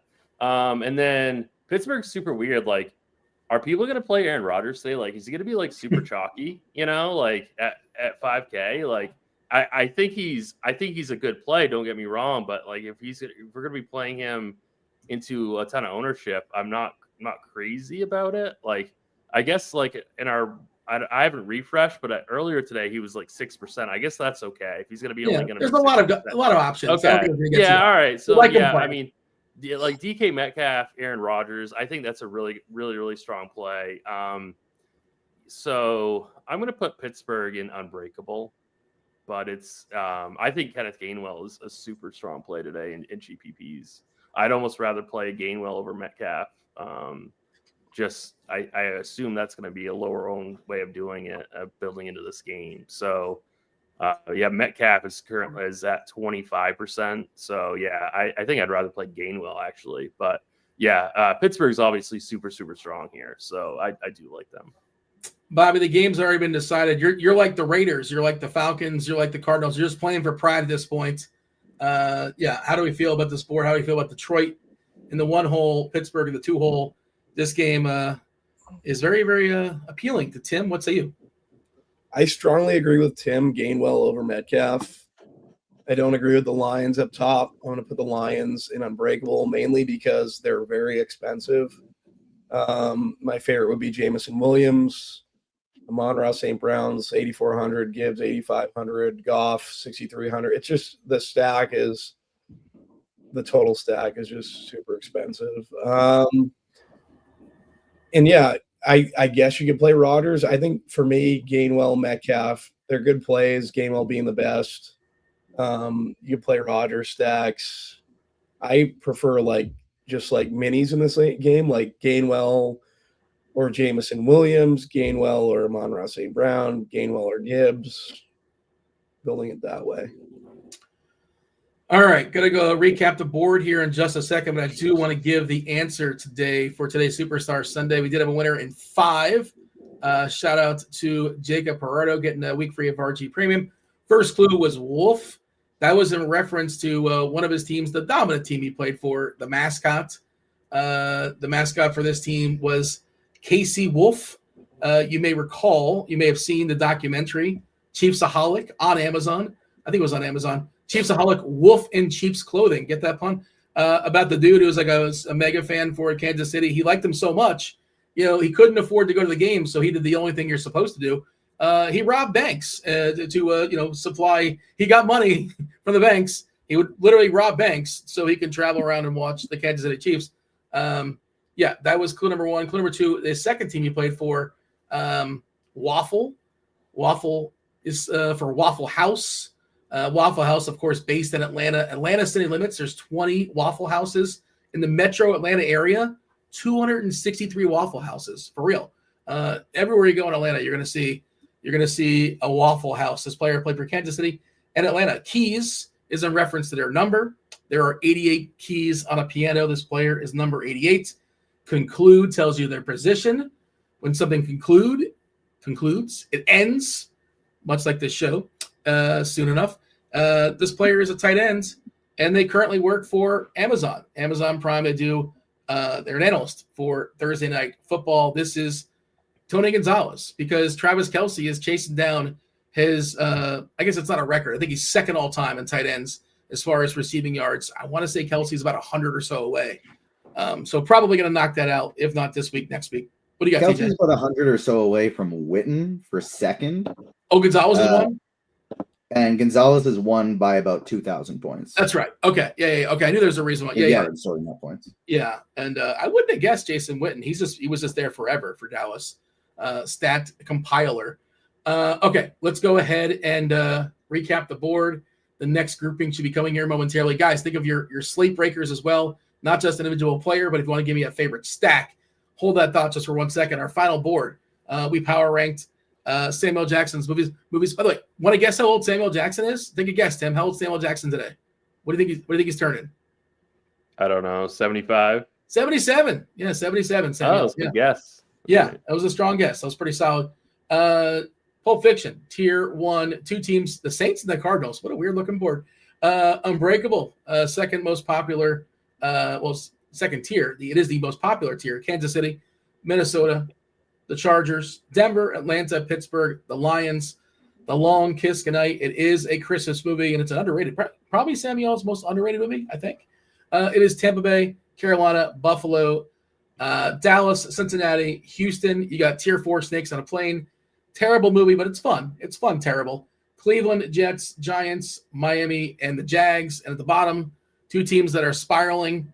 It is the Raiders and Tennessee and spiral. Bobby, who's breaking the slate, and what's your favorite stack? You want to go game stack? You want to go mini stack? However you want to answer that question. Who's breaking the slate? I'm going to go Justin Jefferson, and I'll go J.J. McCarthy to Justin Jefferson. I like that.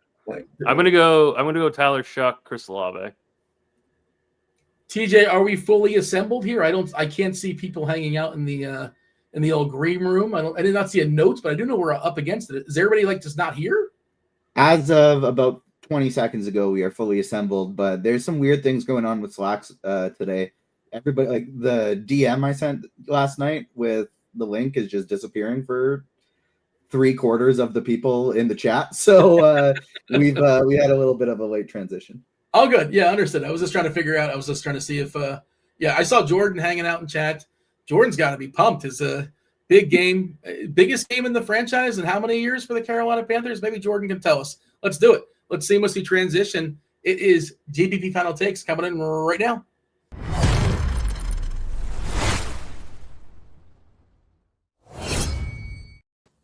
Jordan, biggest game in the franchise for Carolina Panthers today since when? Probably Brady's last year in Tampa. We had the divisional game with them. Okay, yeah. With that random run we had, and then Mike Evans went for 250 yards against us and 4 touchdowns. But since then, yeah, probably. I mean, we are the weirdest team in the NFL. We got swept by the Saints. We beat the Packers and the Rams. We're good. We get dominated by the 49ers. I feel like we lose this one, beat Seattle somehow, and then in Tampa it's a coin flip and everybody doesn't know what to think. Yeah. Gonna be something worth watching. At least the game that teams are motivated today, which is of note. Neil, tell me this: you're in the Minnesota area. Is there a Minnesota sports talk radio? If there is, are they talking about Justin Jefferson? I'm sure they're talking about his DK points. They cannot believe he's not scored more than 8.8 DK points in the last 4 weeks. Is that a hot button issue? Is it going to be fixed? Because Bobby Gomes says this is the week. But you've been saying this for a while. You're broke at this point. Is this the week that Justin Jefferson, does something? Oh, you're a mute, sir. You're muted. You're out there. Yeah, I'm good now. Yeah. I work from home, Dean. Do you really think that I listen to Minnesota sports talk radio in my house? Well, you can get it on the interwebs, I'm pretty sure. Right? I think that's probably true, but no, I don't listen to Minnesota sports talk radio. It's not something, as far as I know, I don't think they're talking about Justin Jefferson's fantasy output. Maybe they are, but no, I'm with Bobby. This is the week. This is the week for. Why is this the week and not the last 5 weeks? Great matchup with the Giants, and the price is low enough that people are finally going to play him. So, now that he's chalk, that's when players hit, is when everybody's playing them. That's the rules. And now that's why. All right, I'll let you guys discuss that and many other topics for sure. You got actives and inactives coming in 25 minutes or so. Myself and Tim and Bobby, we appreciate y'all listening. Hit that like button, do subscribe, turn on notifications. Do not go anywhere. You still have 2 hours of nonstop NFL DFS conversation, starting right now with Erik Beimfohr. Beimfohr, take it away. I just want to get it out of the way. Jason, I see your comments. I'm sure that the comments will get intermingled into the conversation today. But we're here to talk about this Week 16 DFS slate. It is, of course, fantasy semifinals, best ball semifinals. It's an awesome day for football. We're apparently playing Justin Jefferson, and we're sweating Carolina Panthers playoff hopes after Caleb Williams pulls one of the more improbable wins I can remember since Thursday, I guess. 2 of the most improbable wins in the last year in a couple of days. So hopefully we can have some fun on this slate. But what we're going to do If you have not joined us before here on GPP Final Takes, fitting for the name of the show, we're not necessarily going to go position by position and not necessarily going to go game by game. We will probably do both of those things, but what we're going to try to do is bounce around to all the most important, like hot button things you need to know, which apparently Justin Jefferson is one for today's slate. How do you handle, right? Things like Marvin Harrison's back. Is there weather? It's chalky games, leverage plays, all this different kind of stuff. We're going to cover it all here for you over the next about hour and 15 minutes. Crunch time will be after us. If we miss anything that you want to hear discussed, drop all of your questions into the chat. I will keep tabs on them. We'll intermingle those in amongst our conversation as well. And Crunch time will cover you leading up to lock if we don't get to it. We always start with, and Neil, you get to go first because you were absent last week, and it is apparently a Vikings week. So it's perfect for Neil to lead us off. The thing when you open up this slate is what? Where does your brain go to? It's not actually the Vikings. I mean, I think Justin Jefferson is a totally fine play, but that's not actually like a huge stand that I'm taking. I think it kind of starts with the running backs at the top. Like we have a few different running backs who look four, I would say, running backs that look really appealing at the top in Jahmyr Gibbs, Bijan Robinson, Devin Achane, and James Cook. And the question is, are you trying to play two of them? Can you play three of them? Is there one that you particularly like more than others? I think that is maybe the first thing that stands out to me. And then Detroit-Pittsburgh, I think, is also like it's going to be a big decision point for people. Are we stacking up the Detroit-Pittsburgh game? We just saw Detroit and the Rams absolutely crush everything last week. Could very much happen again. So it's I think that's another pretty big decision point on this slate. I think it's really those two for the most part. I think that makes a ton of sense. We are I'm joking about Justin Jefferson, but I'm going to hand it off to Jordan, is going to talk about Aaron Rodgers, much more of a relic than Justin Jefferson in the fantasy space, but he is, of course, playing those Detroit Lions. He is, of course, cheap. There's Jacoby Brissett. The guys we're going to talk about today is a wild list. I think that's pretty fitting for Week 16. But Jordan, how are you feeling about kind of some of those keynote things that Neil was talking about with the running backs and the Lions game and such? Yeah, the running backs is definitely the most intriguing because like Bijan and Gibbs are getting all of the love. And we just have James Cook and Achane just staring at us, and it's like it's the running back against the Bengals. And then on the other side, it's like this Browns run defense has been atrocious. What happened? They started losing their corners, and the people who like Denzel Ward has been hurt, and they don't like fit the run. They just give a big play, like big rushing plays. Like it feels like a lot of the production comes off of one just massive run, and then it continues. And yeah, James Cook, that sounds absolutely terrifying for the big play. And yeah, you're right with Aaron Rodgers. I wrote him up in the main article that I have over here in RotoGrinders, and I love Rodgers when he gets man coverage. I said that to you, I think like 5 weeks ago when we were the Thursday show, and just every time he gets man coverage, he puts up big numbers against the Ravens, the Jets. And this is a team that lives and breathes man coverage. And even if it's just DK Metcalf, like we've seen DK go for 250 and 2 before, like that could break the slate. And I know he's really popular, which would probably suck for people who want to go underweight.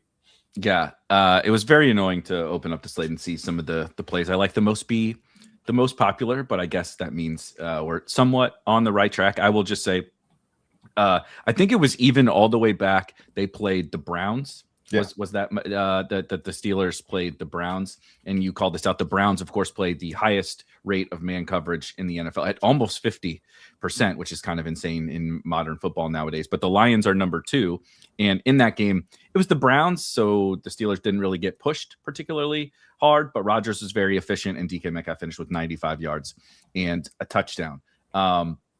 Let's talk, though, about these running backs, Neil, because we do have to pick and choose from them. And there are, I think, some cheaper options as well that we'll get to that are – I never know what's – interesting is the word that we all overuse, right? But I guess it's technically true about those other guys are interesting. It's just like, can we play those guys over this really awesome top tier? How are you thinking about running back overall?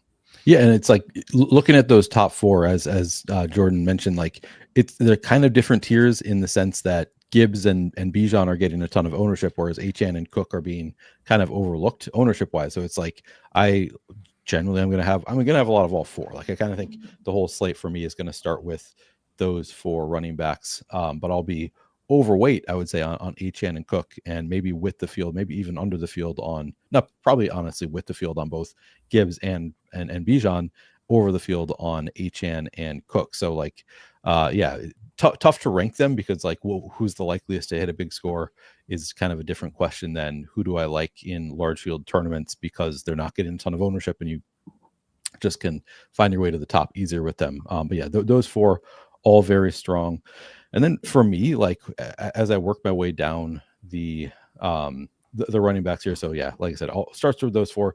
The other running backs that are appealing to me, Quinshad Judkins at 6,000. I think with the other two Browns running backs out, going to be a little bit more involved in the passing game. Great matchup with the Bills. Teams have just been able to run all over the Bills. So I think Judkins is appealing to me. The one that I'm kind of going out on a limb and nobody else is really playing him, I think.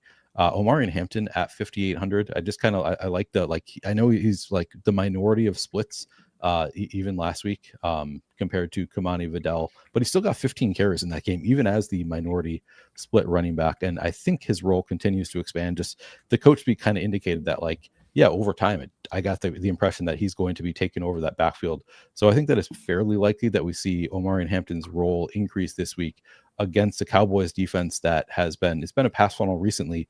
So I should note, I'm going to like it particularly if Quinnen Williams is out, and right now he's questionable. I think that I can't remember actually if that is a noon game, but we might get that information in 18 minutes. If Quinnen Williams is out, I'm going to absolutely slam. I'm going to have all of the Omarion Hampton. If Quinnen Williams is in, it's still like a fine player that I'm going to be overweight to the field on, but that I'm going to be less enthusiastic about. Just going to be like, yeah, I'll probably be double, triple the field, but I'm not going to. If Quinnen Williams is out, I might have like 40% Omarion, probably not 40, but at least like 30% Omarion Hampton, I would think. And he's not getting much ownership at all. So those are kind of my priorities. I like Aaron Jones. He's kind of getting some ownership. Nice price tag, nice matchup with the Giants. But, for the most part, for me, it starts with kind of the top four, then Quinshon Judkins, Omarion Hampton, and then, I'll mix in some of these other running backs. I love it. Jordan, how are you feeling kind of starting with those top guys and then trickling on down into some other options outside of kind of like the big four-ish, if you will, similar to Neil's like Hampton take? Yeah, I mean, the big four, like kind of Neil feels, where it's like I'm fine playing any of them.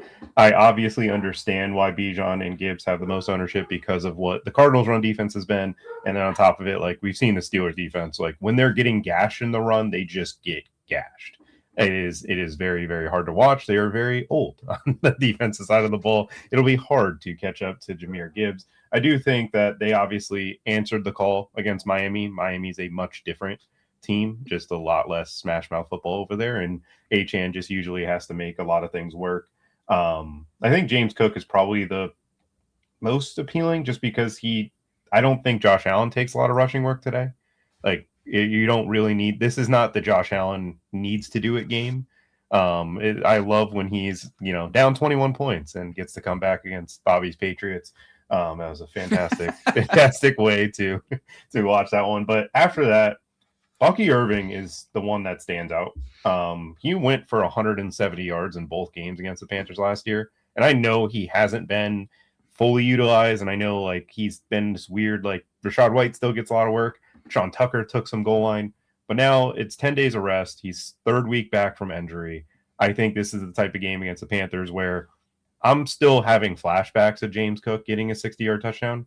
And the way Bucky runs can be similar to James Cook, where it's just, he's gone. And that's kind of what I'm seeing and envisioning for this Bucs-Panthers game. I think the Bucs will lean into the run a lot. Javonte Williams against the Chargers. The Chargers defense, they go light all the time. They love playing like a 3-2-6 is their number one in that usage, which is 6 defensive backs out there. Obviously, when you have Derwin James, he kind of plays as this like hybrid linebacker stuff. But the Cowboys, when they see that style, they just will lean into smash mouth football. And I don't think the Chargers have the answer. And if you're the Cowboys, I understand you showed the passing offense, and that's fun. You're basically eliminated at this point, I believe. Let's just continue to run the ball. Let's get Javonte, I think Javonte wants to get paid this offseason after taking that minimum contract. I think this is the type of game where they can just kind of control the line of scrimmage. After that, Judkins is a good call. Hampton, I do believe if Quinnen's out, it's definitely a strong play. But it just get like Michael Carter getting 12%. I just can't click it. And Kenneth Gainwell, I understand he's been really good and that they're most likely going to be playing from behind and we're going to get some pass catching work. I don't know. Jalen Warren's still a guy. Like, it's not like Jalen Warren's hurt and it feels like the field's treating it that way. Because I feel like the top running backs, like Kenneth Gainwell in most scenarios, probably gets you 12. That's not winning you a GPP. At 16% ownership, like, I'm not seeing this smash, like, value. And I said the same thing about Kenneth Walker last week with Sharps, and that was hopefully correct. I hope that stays the same here this weekend. So that means next week is Kenneth Gainwell week because Ken Walker followed up that with the big performance on Thursday Night Football. We said we would intermix the best ball talk for Jonathan. I think that it was. I'm in the semifinals of the DraftKings 555. I think I told you this is fitting. You're wearing a Dolphins jersey, Jordan. I advanced with Darren Waller's game. Same.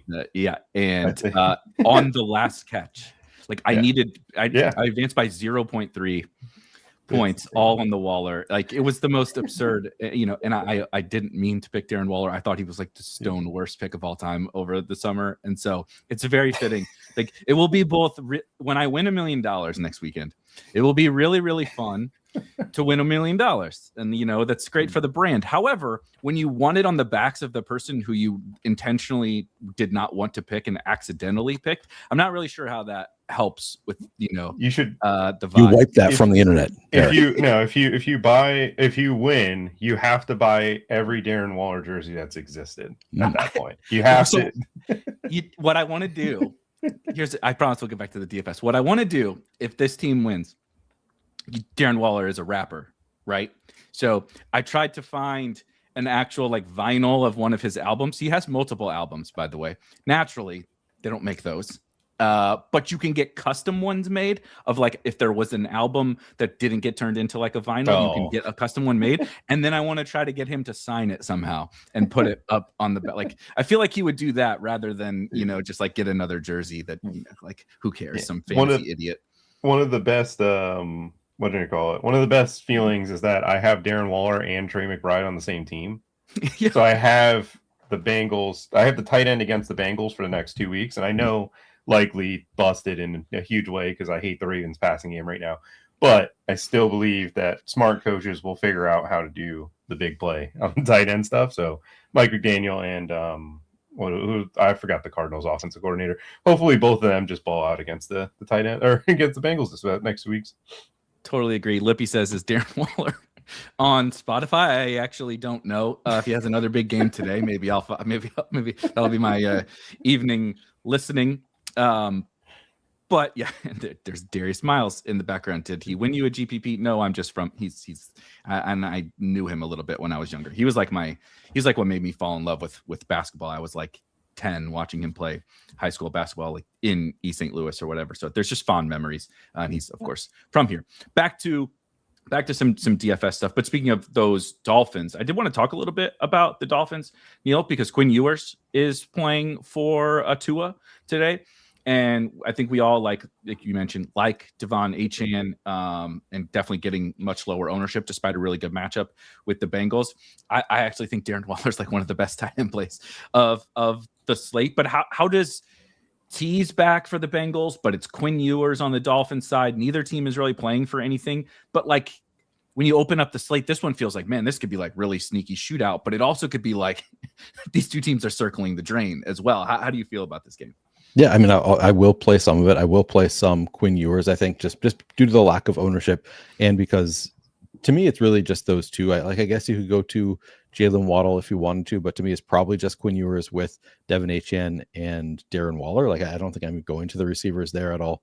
I'll probably have some of that stack. Not a huge priority for me, but he's coming in low owned. I'll probably be with maybe even slightly above the field in like all single digit Quinn Ewers. Not a huge stand I'm taking. Jamar Chase, I think, obviously becomes less of a great play with T. Higgins back, but still in play. You can kind of always play the Bengals. Like I'm totally happy getting to some Joe Burrow with Chase and or Higgins. Overall, I would say it's not a game that I'm prioritizing from a stacking perspective. But like you said, it's one that like not going to surprise any of us if it does go off. So it's a game that I will have exposure to. I'll have exposure to both quarterbacks, but both will be like in single digits for me, not priorities for me. It makes sense, Jordan. Obviously, you have the Dolphins jersey on, so maybe you're a little bit higher on this one. I'm not sure, but I'm just generally curious what you also think about. Of course, the return of T is a little bit more straightforward, but just the Tua to Ewers thing in this weird situation that the Dolphins are in, which it felt like Mike McDaniel was going to get fired starting in about July, and he's still holding out hope here. And now we have a rookie quarterback. It's just a sort of a bizarre situation, but the matchup is like we look for the Bengals matchup every single week. Yeah, I definitely think that this game isn't getting enough love. Like, I feel like T. Higgins being back makes the Bengals just much better on the offensive side of the ball. You have Jordan Brooks, I believe, who's questionable, which if he is out, that is a massive loss to the run defense of the Miami Dolphins. That's someone that I think has been playing like one of the best linebackers in football as of the last 6 weeks with this Miami type of run. And they've just, all of a sudden they're shutting down running backs and different things. They traded Jalen Phillips, and Jordan Brooks has just been playing out of his mind. So I think if you buy into it, I'd buy into it fully. I don't for, milli makers and people are 150ing and different things. I think going to a Quinn Ewers, Achane, Waller, and then having T. Higgins and Jamar Chase is the way, is a good way to play it, even though it feels weird playing two receivers without the quarterback and then playing a running back with the quarterback. But it's this is Quinn Ewers in college. If you watch Texas last year, you watch Quintavion Wisner catch and Jaden Blue catch 11 to 13 passes in multiple games. You watch, the offense. He runs the offense. Whatever the offense is, he is going to run. It's not necessarily always the best decision-making and different things. But I've also, when the lights shine brightest, this kid balled. I know he had one, Jack Sawyer got him on one in the playoffs, but he beat Alabama as a sophomore or freshman. he then beat Alabama again in Tuscaloosa, and that just doesn't happen for Nick Saban. So as just watching this game, I think it's one of them that you could obviously just, mini Achane and Chase if you want the salary, mini Chase and Waller. But T. Higgins coming back just is something that's just getting very overlooked today. I love that. Just quick on Quinn Ewers. What a funny evolution of the Quinn Ewers story. Obviously comes playing early at Texas, playing really well. And then you either die a hero or live long enough to see yourself become the villain was the Quinn Ewers story at Texas, right? They're oh, this guy's the next great thing. And then he has a couple of, everybody does. He's not a superstar. So he has some bad games. And now everything is Quinn Ewers' fault, right? Yeah. At Texas, why they didn't win when he was there. And then it was, Xavier Worthy and AD Mitchell. Quinn Ewers was just holding those guys back, right? Jatavian Sanders. Quinn Ewers is holding them back, right? Jaden Blue. Quinn Ewers is holding them back. Matthew Golden. It's all Quinn Ewers' fault. And it's run down that list again and tell me which one of those guys is actually good at football. Maybe Quinn Ewers was doing some pretty crazy things at Texas with some mediocre talent around him. It's a slight hyperbole, but I think I'm going to be fascinated to see how he plays today. Not because I think he's an awesome fantasy asset, but I don't know, man. Tua seems to have played his last down in Miami. Yeah. So there's some interesting stuff going on over there. Mike McDaniel, etc. The other game, Neil, that we definitely need to talk about, in terms of big priority for the slate. We hit on it a little bit at running back, but the overall game is clearly probably the most exciting game of the day. Anytime the Lions are playing, that's generally the true, but it's particularly true today. No TJ Watt, I will add, also on the Pittsburgh side of the defense. Jordan hit on their defense, but TJ Watt, one of the best defensive players in football, random collapsed lung that he had, I believe. It's just kind of scary, but nonetheless, if Aaron Rodgers can be successful, as we're talking about there, what does that mean for this game? Because the Lions are going to be very popular, but rightly so. Gibbs, Amon-Ra, Jameson Williams, etc. What do you think about this game? Yeah, it's a game that clearly has probably the highest potential of any game on this slate. If Rodgers can keep up, the Lions are just going to score infinite points here. I think they have the highest implied team total of the slate, and for good reason. We've just seen this Lions offense just absolutely dominate. Amon-Ra St. Brown has been great all year. Now we have Jameson Williams kind of looking like, one of the better breakout stars late in the year, which, I feel like we've been waiting on it for years. It's been not happening for JMO. Finally, Dan Campbell takes over as a play caller, and boom, suddenly it's just JMO skyrocketing. So yeah, the prices are like they're kind of difficult to get to full stacks of the Lions because Amon-Ra St. Brown is 8,400, Jameson Williams 6,400. It's kind of like trying to play Jamar Chase with T. Higgins in a Joe Burrow stack, but it's still one that I think I'm going to get to some. Jared Goff 6,300. There are ways to find some value. Like there's not a ton of amazing value on this slate, but there are some like slightly lower priced options we can get to. So yeah, I like going to that double stack. You can certainly play DK Metcalf on the other side of it. I do think that this would be one where you might want to get to some. I mean, we talked about Kenneth Gainwell. Jordan talked about Kenneth Gainwell not having like a crazy high ceiling, but he is 5,100. And like there are not that many running backs who, like, if he does get you the 15, like that's not winning you tournaments, but it kind of makes sense in Lion stacks, both as a bring back and just like as a value that you need to be able to afford Jameson Williams and Amon-Ra St. Brown and a Jared Goff stack. Like you need to find some value there. So I don't totally hate Kenneth Gainwell as a bring back there either. But yeah, I like JMO and Amon-Ra St. Brown, particularly in Jared Goff stacks. I'll have you could do it with Jahmyr Gibbs. Tougher to do the triple stack there with Jahmyr Gibbs because then you're just spending a lot of money. And then yeah, on the other side, DK Metcalf and Kenneth Gainwell. I don't think you really need to even think about anybody else on the Steelers. Jordan, I know that you like this game. I know that you like. We've talked a little bit about the Rodgers side of things, but how are you kind of approaching it for tournaments? Because we can sit here and say like, oh, we all love the Lions game and stuff, but like even if you play like Rodgers Metcalf, it's not like super cheap. And we just said we want Bijan and we want Achane and we want James Cook and stuff too. It's like, well, the Lions are not super duper cheap. The Steelers are cheap, but not. This isn't like, a $3,500 wide receiver. This isn't Quinn Ewers, right? So how are you approaching this game just overall? But then like, how does it fit into your roster construction? Well, you say that it's not that cheap, but I do like, Marquez Valdez or Adam Thielen with my Rodgers stacks. Like they outsnap Calvin Austin. This version of the 2026 season is just silly. It's ridiculous. But they bench Roman Wilson, which is the first thing. And then this past week against the Dolphins, they both outsnapped Calvin Austin. MVS was with the top, route run. Obviously, he caught the big touchdown. Like, again, against the Lions in the dome with Rodgers, man coverage, a guy he's thrown to for years. Like, the connection is, what we chase with MVS for years is this. This is the type of game. And like the reason I like it on this particular slate is that the receivers we have at the top are not the Pukas, the JSNs that are just destined to hit on every single week. Like no matter if they have 0 catches at halftime or if they have 100 yards, like they're going to hit. With Jamar Chase, I've seen him fail plenty. Amon-Ra has probably the similar to Puka and stuff, but you could just get him in this game too. Like I've found the ability to put in the MBS and it's allowed me to get to, Gibbs and Bijan and Amon-Ra. Like it's tough. It doesn't feel great when you click it, but it's a spot where if you're playing Rodgers, you need probably, 280 and 3 or 4. But come on. Get a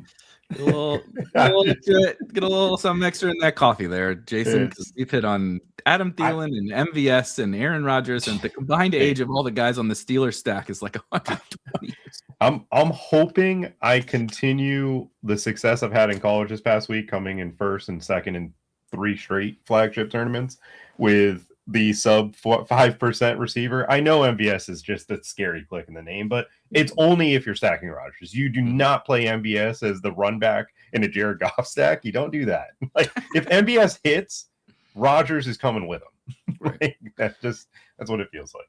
I also think it fits like we're talking about this game and like how do you play this game and how does it fit into roster construction? I know, we're joking, but also, like, how does this game, right? How does Rodgers throw for 350 and 4 or something like that? It's like DK Metcalf's not catching every single one of those touchdowns, right? Like, there is something crazy that's going to happen, which then in turn, if we're, again, in a lineup, you're stacking this game.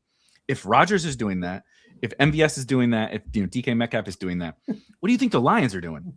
Right? What do you think the Lions on the opposite side are doing? They're going to score. They either are playing from some insane lead that forces Rodgers to do that, which in turn means they scored a bunch of points, or the opposite, where Rodgers is putting the pedal to the metal, and now you're getting 50 Jared Goff pass attempts, and they only throw it to 3 guys. So like you really know where to go with this game. And just anything else, Neil, before we move on from the Lions game? No, I think we covered that one pretty well. Sorry, I'm just like looking for inactives now. Where we just got looks like Quentin Johnston is playing. Yep, active. So that's the first big one we're looking for. The Keon Coleman season is like the episode of The Office when that they do dinner date night at Michael Scott's house when he's dating Jan, and he gets a vasectomy and a reverse snip snap. Because Keon even got positive coach speak this week about like, yeah, we thought he looked good. It didn't really, he didn't have a big box score game or whatever, but we want to get him the ball more, I believe they said. Just like, I don't know how you get him the ball more if he's a healthy scratch. Like, it's not that Keon mattered, but it's a weird run out for the Bills. I will say, Lippy, it is correct Lippy in the chat, who again I want to shout out, was on the Pollard thing against the Browns that we all kind of scoffed at a few weeks ago, which was the beginning of this Browns run defense utter collapse. Tony Pollard and then DeAndre Swift does it to the Browns as well. So now they have James Cook, but he's calling, Neil, a Browns upset victory over the Buffalo Bills today. So I just want to say that that would mean to me Quinshon Judkins and Harold Fannin. If you guys want to listen to Lippy, I mean Jerry Jeudy, whatever, but the ball is only going so many places for the Browns as well. Harold Fannin with an absolute boatload of targets. Both Jerome Ford and Dylan Sampson out again for the Browns. You have Rocket Sanders, but I think last week was just pretty catastrophic for the Browns, specifically like Judkins. Like things just got out of hand quick, fast, and in a hurry. And I think if you think the Browns play with a lead or just keep this a neutral game script, like Quinshon Judkins at his ownership is a really, really good play. I know you shouted him out before. I just wanted to shout out Lippy because of the Tony Pollard thing and the Browns sort of connection. Let's talk about some of these other games. Again, if you have, Michael Scott's plasma TV, there's a blooper or whatever, from when he's, it's on the wall and he's like, and you can even push, you can move it and it moves like, this much or whatever. And none of the cast can absolutely keep it together. It is so good. Lippy likes Cedric Tillman on the Browns. So there you go. There's the off the wall crazy take of the day. Actives and inactives are coming in. Yeah, QJ is in, Keon is out. I'm not seeing anything else super crazy, but I will look Williams into that. Is in. So, I was just gonna look. I think he's out. So I'm seeing different people reporting different things. The first thing I saw had him not on the inactives list, and now I'm seeing multiple people listing him out. So I'm not positive, but I've seen more people saying he's out than in. Adam Schefter tweeted out he's out. So yeah, he's got to be inactive. If Schefter tweeted inactive, he's inactive. Gabe Davis is also inactive. So Keon and Gabe both. So I guess Brandon Cooks is back. I assume back to being active. Seems run the ball. Ray Davis is what I'm hearing. Yeah, well, I think you're going to see a lot of Tyrell Shavers snaps today. Yeah. A lot of Dawson Knox, a lot of Jackson Hawes, a lot of those guys. Neil, if you had to pick your next sort of priority game stack, right? Pass from a pass game. Just, I want to load up my lineup with one of these games or teams. It could just be an individual team, no bringbacks. Where would you go to next after those two? Let's see. There's one that I'm very tempted by, but I think I'm still in on the Chargers. It might be dumb. People have been trying to talk me off of the Chargers. My instinct is to go to some Justin Herbert, load up those stacks. I do like the running game best. So Omarion Hampton's still my favorite Chargers player with Quinnen Williams now out. I think Omarion Hampton's still a slam dunk. But I think you can also maybe stack him with Justin Herbert. He has not been super involved in the passing game recently, but I think that is part of his game that he could get back as he gets more snaps. But regardless, even in non-Hampton lineups, I think like this Cowboys defense has been a pass funnel recently. So I think if you're not going to Omarion Hampton, you could just lean on the Chargers passing game. The issue is you do have the broken left hand for Justin Herbert and the terrible offensive line. So I'm not as confident as I want to be in the Chargers. It was one that first opening the slate, that was the first one that I was I really want to play a ton of Chargers passing game. And I've gotten less and less enthusiastic about it, more nervous about it. The more I've talked to people, the more I've thought about it. I still think it's what I'm going to get to though with Keenan Allen, 4,800. Quentin Johnston now playing. I think he's 5,700 on FanDuel, so I like QJ on FanDuel quite a bit. And then Ladd McConkey just not getting a ton of ownership, and he's fairly inexpensive. And Aaron Gadsden, frankly, is only 4,100. So I think the Chargers passing game is one you can get to. But I also really like the other side of that. Just even though the Chargers have a tough defense, you see Dak Prescott has just had big games against literally every defense. Like no matter how good the defense is, Dak Prescott can put up 35 fantasy points. So I do like the Cowboys side of it, despite the tough matchup. Obviously has the two elite pass catching options, and you can go to Jake Ferguson if you want to. So I think that game is one that's like not that sneaky, because the Justin Herbert side is at least getting ownership, but Dak is not projected to get a ton of ownership, and clearly has the ability to break the slate. And if the Chargers can push him a little bit, that would be could set up for a really nice game for Dak Prescott. The Herbert hand thing would worry me. It's like, if a tree falls in the woods and there's no one around to hear it, did it make a sound? Is Justin Herbert's hand really broke if he has no idea that it's broke? He's like stiff arming dudes, and like he's playing crazier than he did before, and he has a broken hand. This is like Jackson Dart on steroids, what Justin Herbert's doing. But he keeps his team in the game. Can he keep his team in this game, Jordan? Is there any of these pass catchers? What about CeeDee and Pickens, right? The whole Pickens thing is kind of crazy over the course of the last couple of weeks, getting called out for effort and just having some poor games. Do the Cowboys bounce back in that regard? Just what do you think about this game? So I can't click the Dak double, because the Dak double is 100 more expensive than Burrow, T. Higgins, Jamar Chase against the Dolphins. That's where it's like they're the same thing. It feels so similar with the talent and what we go through with, like, some games that get blanked, yada, yada. It's just, do you want the guy against Miami or the guy against the Chargers? And that's where I just would rather play the team against Miami in that regard. But I do see the ceiling of it. And then with the Chargers, it's like, I do like the passing game. I think that's probably a sneaky, like, just tough. It's tough to play because of how many times they've hurt you this season. But when you watch, like, the Cowboys play defense, like, it's terrible. They're a terrible, terrible secondary. It's been terrible all year. There's constant lapses in coverage. It's just, you pick Herbert, and then you're like, all right, well, I picked the quarterback with a broken hand. What's next? And it's like a 6'1" Ladd McConkey that's projecting for like 12.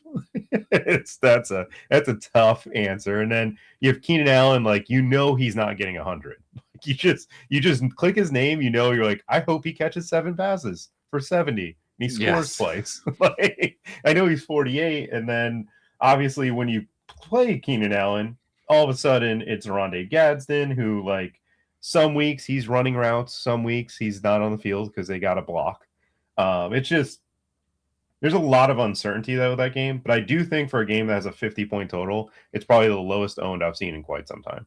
And if we would have fast forward or rewound to just being like opening up the slate, right? We talked about, like, well, what do you do when you open up the slate? This would have been like Cowboys, dude. Cowboys at full strength against anybody. The Chargers defense is fine. It's not anything special. We just would have been like, they got 4 dudes, so I know who to click. He said Dak is reasonably priced. He can go for 350 and 4 on anybody.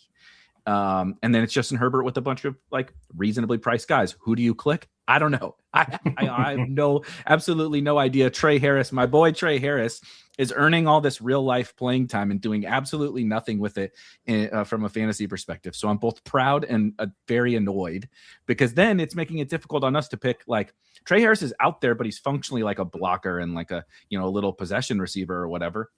It's like, but that's taking away from Keenan and QJ and Ladd and Gadsden and stuff. They just have a lot of bodies that makes it a little bit tricky. But I agree. Just if we step back, the game looks pretty fun given all the ownership is elsewhere on this slate. I want to pivot, Jordan, to a gross game, because I like the gross games.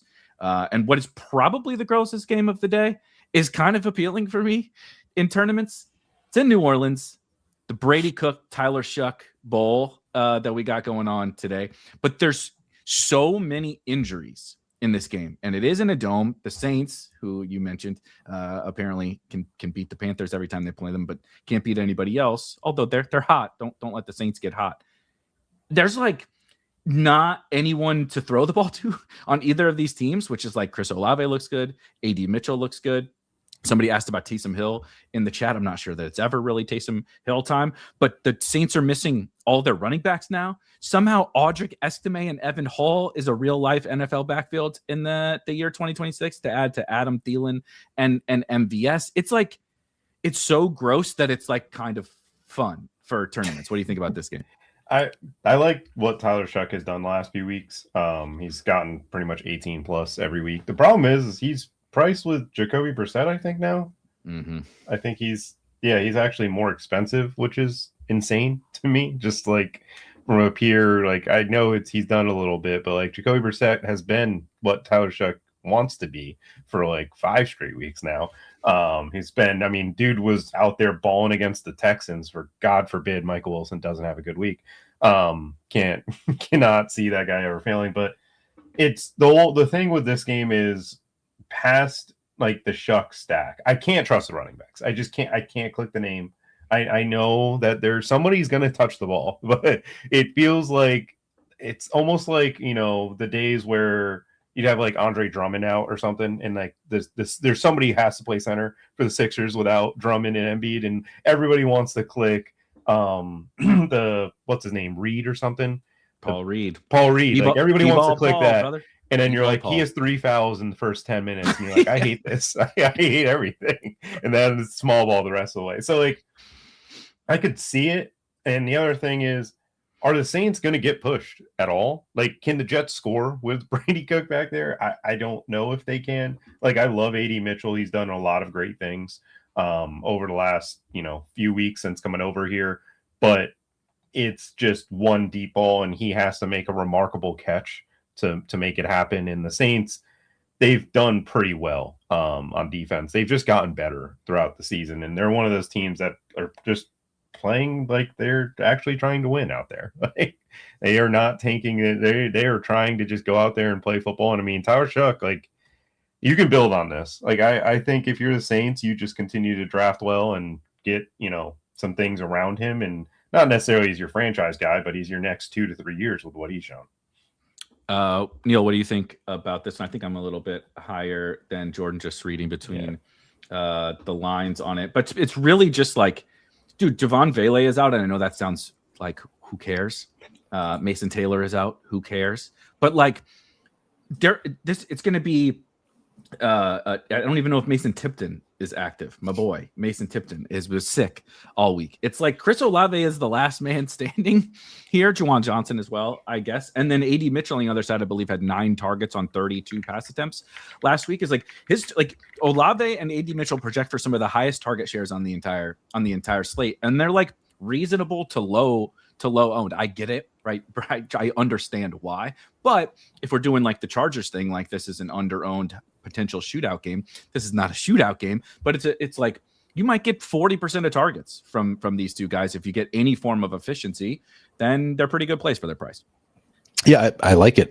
You asked who cares about Devon Vele being out. Devon Vele on both of my rookies and sophomore teams that are remaining. The only one in my pod in both of them. I have him in multiple advancing teams as well, and I'm like, man, I kind of need Devon Vele. I know. I did not think I was going to be relying on Devon Vele. That I would care about Devon Vele, but I care. I also care for DFS. Yeah, I agree with you. I think it's at the very least it's a fun mini with Chris Olave and Adnan Mitchell. I think both of them are just individually strong plays. You can play them as a mini stack. It's in New Orleans, so you get the dome game.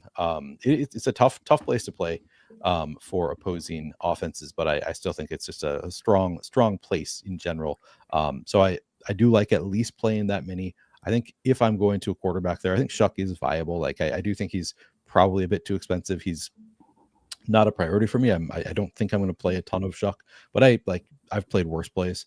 I also think, I mean, that goes without saying. I was like Juwan Johnson, a fairly strong play. Like Juwan Johnson has been, pretty good with Tyler Shuck. He's still a fair price. There aren't a ton of like standout tight ends to me this week. I think Juwan Johnson is one that, like, if you're playing that game environment, is a nice one. Yeah, I saw people in chat asking about Audric Estime.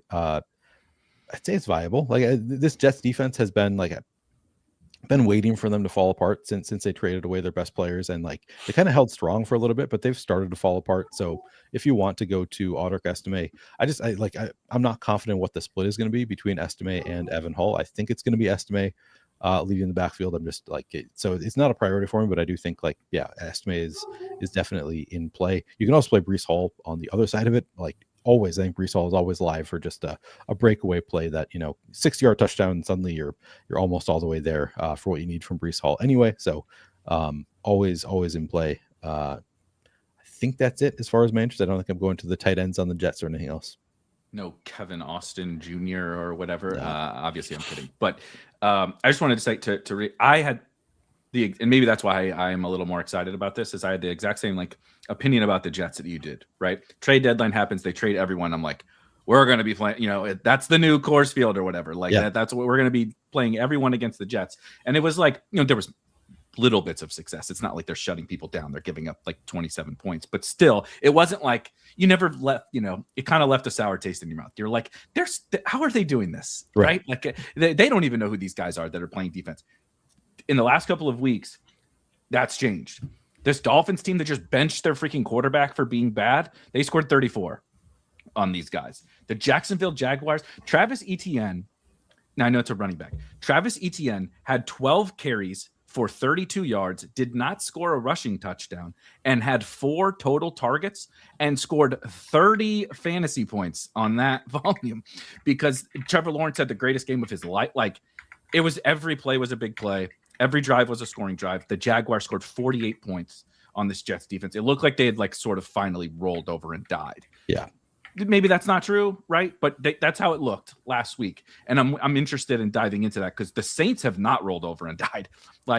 It's crazy, but they play to win and they're competing in most of these games, if not winning lately. So it makes me a little bit interested in a little more in the Saints side. But then A.D. Mitchell, I think, just makes for a clear bring back, or Breece Hall, as you mentioned, or minis, right? Whatever. Yeah. So there's your gross game, right? We talked about the fun games. There's your gross game of the week that, of course, Erik likes a little bit more than the average person. Just some other quick things I want to hit on. Obviously, Patrick Mahomes out for the Kansas City Chiefs. Gardner Minshew starting that game. Is that actually the grossest game of the slate? Is Chiefs-Titans Minshew without Rashee against Cam Ward? Is there just anything that you want to play in that game at all, or can we just X that one out? I mean, people are playing Worthy.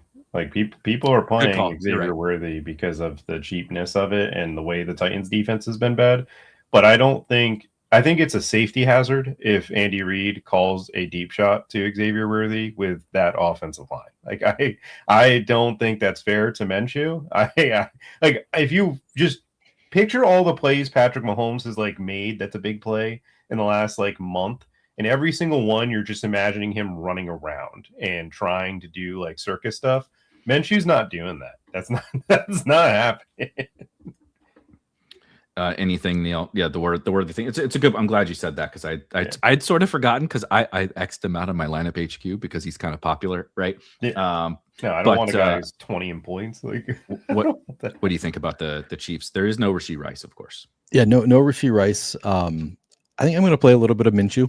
I think just 4,500. This has been the biggest pass funnel in the NFL in recent weeks. So just Minshew. I think they have a good enough play calling that they at 4,500 he can pay off that price tag. I will primarily have him with Xavier Worthy or Travis Kelce. I think also can be part of those stacks. Not a huge priority for me, but I'm prioritizing getting some, I guess. I don't want zero. Again, I'm playing over 150 lineups, so that's not saying that much. I don't think I would necessarily get there in a 20 max, but in a 150 max, I am going to make sure I get to some Gardner Minshew. I do think they could just throw the ball the entire game. I'm kind of intrigued by Isaiah Pacheco where I have him in best ball to the point that I'm should I be considering this in DFS? And I don't think I should. I think it's still probably not a great play, but it's this should be a running game environment. No Patrick Mahomes. What if they just turn to the run and suddenly they're running it all game on a very beatable Titans defense? So I'm sort of tempted by Pacheco and Kareem Hunt. I don't think I'm ultimately going to get there though. I do think they're going to play these younger guys. They've kind of they didn't give away their plan or anything like that, but they've done a lot of hinting of we need to see these young guys play. Now, what does that mean? right? And I'm sitting over here with Jalen Royals, right, and being like, please God, Jalen, Maybe. right? Devon Rashard Vele's Smith? out. Devon Vele's out. We need Jalen Royals to come save the day for these teams. But and of course it's with Gardner Minshew, so it probably doesn't matter. But I do. It just makes it all weird, right? It could be just like wheels up Pacheco. Rashard Smith could get a bunch of work. They could just be stubborn and keep playing Kareem Hunt. But like I have no idea. But the matchup is pretty good, particularly for the passing game. We do got to talk. The Jalen Coker talk in the chat. That's the next game I wanted to discuss because I mean, in terms of like real life importance, the Lions game is also very important from a real life perspective. But this one is probably the biggest. We're playing, huge implications from Panthers, Bucs getting healthier. Jalen McMillan back, right? Mike Evans back. Bucky Irving back. Jordan, we got to go to you as the resident Panthers expert. A, are the Panthers going to win? But B, how do you see this one shake out? Because I think there's some intriguing pieces from a DFS perspective, mainly in the passing game on both sides. But you also talked about Bucky. So basically it depends on if society thinks the Panthers are going to win. If society thinks the Panthers are going to win or have a chance, we're probably going to get stomped. But if we have no chance, we're gonna win. Like, I don't know what to think of this team. Rico Dowdle and Chuba have been really annoying from like a split perspective. Really difficult to figure that out, and I kind of X them out, especially against Tampa Bay Buccaneers. Even though they've given up these massive games to running backs, it's felt like it's been like a lot of speed backs that like have a 4-3, 4-4, or 4-4 gear in them. Like Sean Tucker was the one who did it, while Rachaad White was just plodding around. Our running backs aren't home run hitter. I know Rico's done well at getting downfield, but it's been just by massive Travion, and like balled out. Those kind of guys, home run right? hitter. Speed. None of those guys have it. I like Coker and McMillan here. Coker's just starting to come along, like just playing more and more. And now it's like anytime we go 3, he's in. But on top of it, he's stealing spots from Xavier Legette because he gives a lot more effort as a blocker and different things. I think he's even played in a few snaps as just the only receiver on the field when we go to like some 3 tight end sets. On the other side of things, like Bucky is the way I want to play it because I think that nobody's getting to Bucky, and it feels like this is the first game that, you go 4 weeks under your belt, you're off 10 days of rest. I think this could be the featured Bucky game. He's had 18 plus touches in 3 straight games, and nobody wants to play him against the Panthers. I know we've been a better run defense, but we're still giving up, above league average in yards per carry. And then on the receiver side, I don't like Mike Evans with JC Horn out there. That seems like the matchup that we can actually cover him in when JC Horn's out there.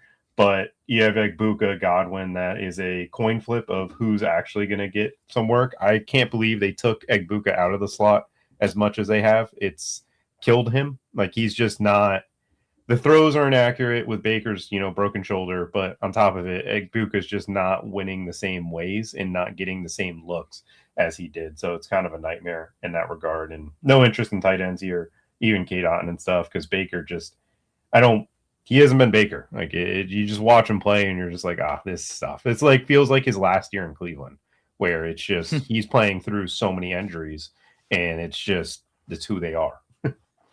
Neil, what do you think about Bucs and Panthers? I think I'm going to go to, I made sure I unmuted before I started talking this time. I think Mike Evans is playable from the Bucs side, and Bucky Irving, I think, are the 2 Bucs that I'm really interested in.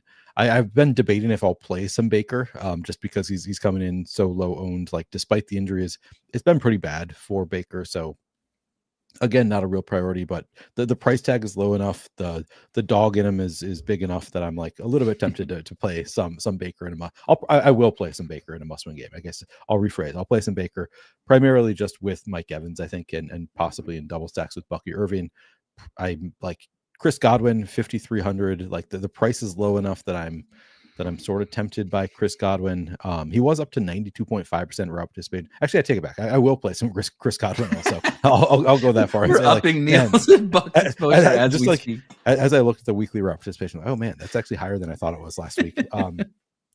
Yes, I don't think I'm going to Egbuka, who was down to 55% route participation last week. So I think it's basically just leaning a little bit on Baker and the vets. Not going to be a huge priority, but I really like the other side of it a lot more.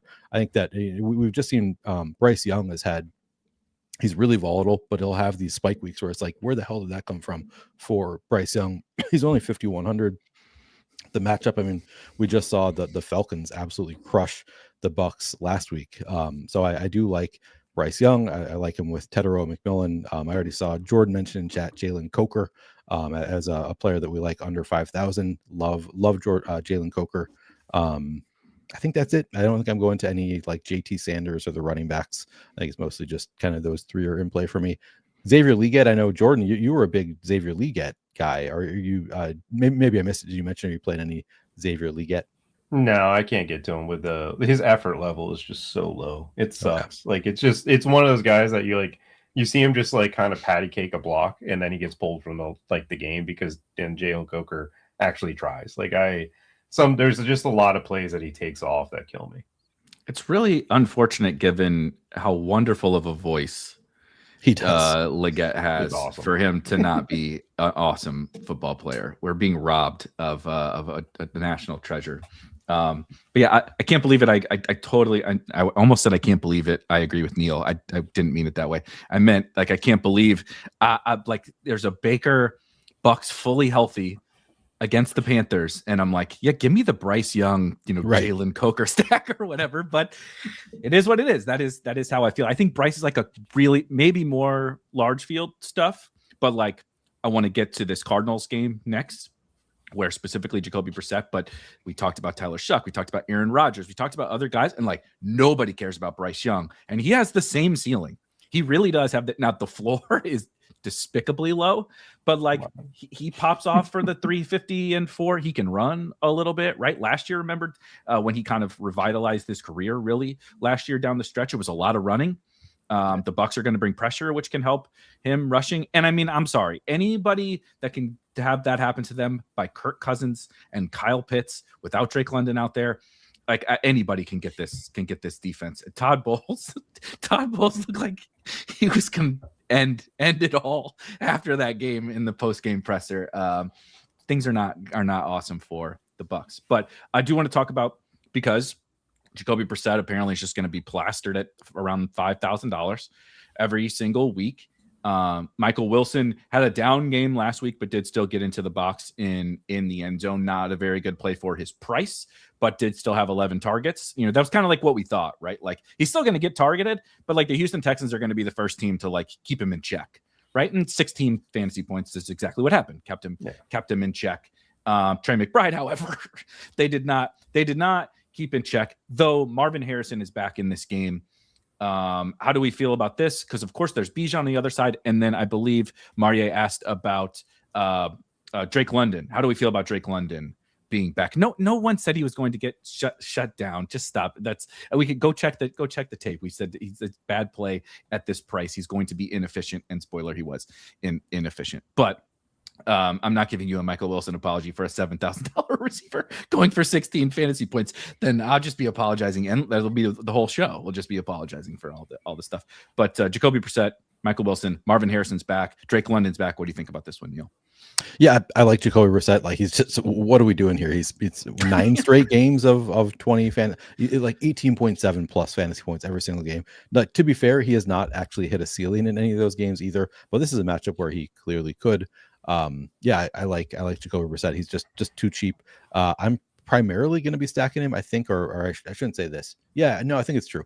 Marvin Harrison Jr. is the stacking partner that I have the most interest in, which might sound crazy. It might be great. Like at this point, maybe Michael Wilson has like surpassed him, but that is not shown out to be the case so far. Like when Marvin Harrison came back after the early success of Michael Wilson, Marvin Harrison Jr. was still the top receiver there, and he was doing well with Jacoby Brissett. Like I think people forget, like Jacoby Brissett was elevating Marvin Harrison Jr. before he got hurt. So I think, as much as, and I'm not a guy who's been a huge Marvin Harrison Jr. fan this year. I didn't draft him in best ball, hadn't been playing him in DFS, but like he was really good with Jacoby Brissett in their limited time together. Now he returns. He's only 5,600 and he's not getting any ownership. So I actually think Marvin Harrison Jr. is a pretty great play with Jacoby Brissett. Obviously, Trey McBride, if he can do that against the Texans, which frankly I did not see coming at all. I didn't play any Trey McBride. He can obviously get it done, put up 30 fantasy points here. Like he's expensive, but he's shown that he's worth the price tag. He gets the kind of volume of elite receivers, and you can play him at tight end. So I do think that Trey McBride is once again a strong play. Michael Wilson is kind of the interesting conversation where it's like my instinct is like you can't play Michael Wilson at 6,900 with Marvin Harrison Jr. back, but like is that true? I don't know. This is a much better matchup than the Texans. He's just been showing out every week. So I don't know if I'm going to get to Michael Wilson. He would be third in the receiving pecking order for me of the Cardinals guys, but he's probably not actually that terrible of a play.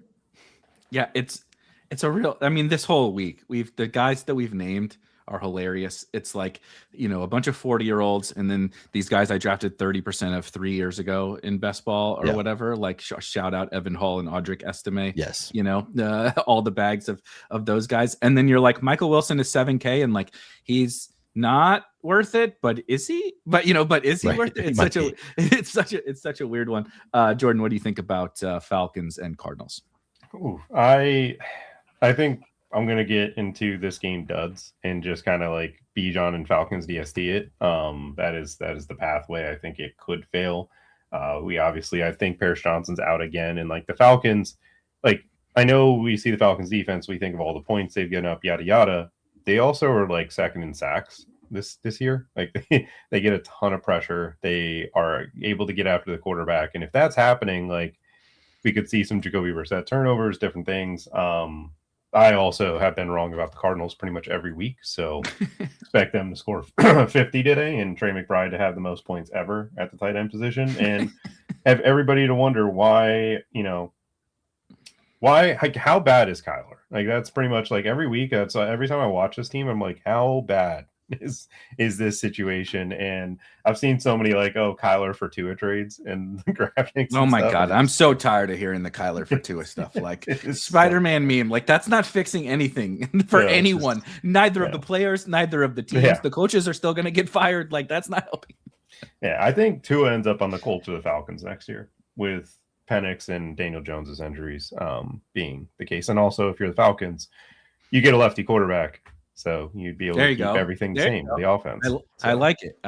I do just want to mention, because I think it'd be remiss to not mention him. Well, first of all, Drake London is back. I think he's one of the more interesting play it before you see it, like mega leverage plays with Bijan being super duper popular. Yeah. I think Bijan should be. I'm probably playing Bijan, but when Drake London catches that first quarter touchdown and has like 6 targets, I'm going to be like, you idiot. Like you knew that this, right? Play like Achane but then play Drake London or James Cook and Drake, something like that feels pretty good from a leveragey perspective. You can play him as the bring back to your Brissett stacks. You get whatever. There's a bunch of different options, I think, in this game that are fun. The interesting thing about the Cardinals stuff, just to me, to put a bow on it, is all the production from our side of things is that the defense is so bad. Like so bad that they're throwing 40 min. Jacoby Brissett has not had a game in 2 months that he didn't throw 40 pass attempts. Like, and it's not because they're efficient. They haven't scored the most they've scored is 27 points in any of those games. They're not scoring a bunch. It's just the passing volume is so crazy. There is Michael Carter there, right? And that's another cheap running back to toss into your like Audric Estime bin of whatever we want to call them. I'll be nice. The basement dwellers, the Kenny Gainwells and the whatever. He probably is somewhere in the mix with those guys. Dealer's choice, I think, amongst how you handle those guys and lineup dependent, all that kind of stuff. But you can do some fun flip the build, I think, with some of these cheaper running backs and getting up at wide receiver if you would like. One more game I really want to talk about, and then we definitely have some questions to get to that'll kind of hit on some other stuff that we haven't covered so much. But it is just that Giants and Vikings game. Somebody asked about Jackson Dart. We've obviously joked about Justin Jefferson, JJ McCarthy, but Aaron Jones getting some ownership and looking pretty strong. Jackson Dart always can have a good game, right? So can Wandale and Theo. There's quite a bit to like in this game. And of course, Neil, you can go first since it's your boys. But I think just about all the Vikings make a ton of sense today. Yeah, agreed. Starting with the Giants side, like Jackson Dart, like the Vikings have a really tough defense. If you want to play Jackson Dart, I think that's fine just because he does enough on the ground till he could score a rushing touchdown, all that. I don't think I'm going to be getting to Jackson Dart or Wandale is also like a decent value. He's like totally fine if you want to play him. I'm not prioritizing the Giants this week just because the Vikings do have a pretty good defense. I don't think I'm playing any Tyrone Tracy. So yeah, Giants side, not really a priority for me. I do really like the Vikings side. I think Justin Jefferson at 6,000. I mean, I kind of jokingly answered Dean's question that like this is the week for Justin Jefferson because everybody's playing him. But like the real answer is like they've come really close to hitting a number of times. They just had like penalties call back a touchdown or just like barely missing plays. Like you can see that it is JJ like, dropped to a happen. touchdown. He's been dropping it a lot. Unbelievable. Yeah, like just as a JJ McCarthy apologist, like I've noticed that the Vikings receivers are like I've never seen this before from Justin Jefferson. Jordan Addison has had drops. Adam Thielen back when he was on the Vikings was dropping. It's just like what is going on? And it's probably because he throws it to him 100 miles per hour. That might be part of it. But like at some point, I think that they are really elite receivers that are going to adjust and be able to figure out how to catch a fastball. So I think that they have been so close, and at some point it is going to work out. And I think it's pretty likely to be this week against the Giants. Like they should be able to score on the Giants. Love the price tag for Justin Jefferson. Again, arguably the best receiver in the NFL, and he's $6,000 in an elite matchup. I like Justin Jefferson a bit here. Jordan Addison, I actually think is because Justin Jefferson is so cheap. Jordan Addison is going to be completely overlooked. People are just going to be like, I just want to play Justin Jefferson. But Jordan Addison is also 5,000, also has really strong usage, and you can kind of make the same case to some extent that he is sort of due. Like he's a positive regression candidate. If these things that keep going wrong just stop going wrong. I mean, they had a 58-yard connection last week to Jordan Addison. I think that he is like a sneakily in play this week. You can play TJ Hawkinson at 3,000. Not a huge priority for me, but in stacks, he definitely makes some sense. I think he's like a fine play at 3,000. And then Aaron Jones, certainly you can play. He has had some nice connections with JJ McCarthy through the air. So I do think that Aaron Jones, I've been debating whether I think Jordan Mason is like kind of in play. I'm just pulling up now probably not. Like I think he's just not even getting double-digit carries. It's like the price is like fine at 5,200. The matchup against a run funnel Giants defense, that's where I'm kind of like maybe you can almost make a case for it with Jordan Mason. I don't think that the volume is enough that I'm going to get there. All that makes a ton of sense. Yeah, we just have to say JJ McCarthy has eventually got to learn that not every single pass has to be 4,000 miles an hour. It is kind of wild. And the first game that he came back when Brady did it, I think, or it might have been his second game or whatever, when Brady loves McCarthy, right? Of course, understandably so. But he was trying to be so polite about like JJ's got to use a little bit more touch here, but he was trying not to say like, Jesus Christ, kid, don't throw it. Like as the game went on, you could tell it was just like eating at him. Brady had phenomenal touch.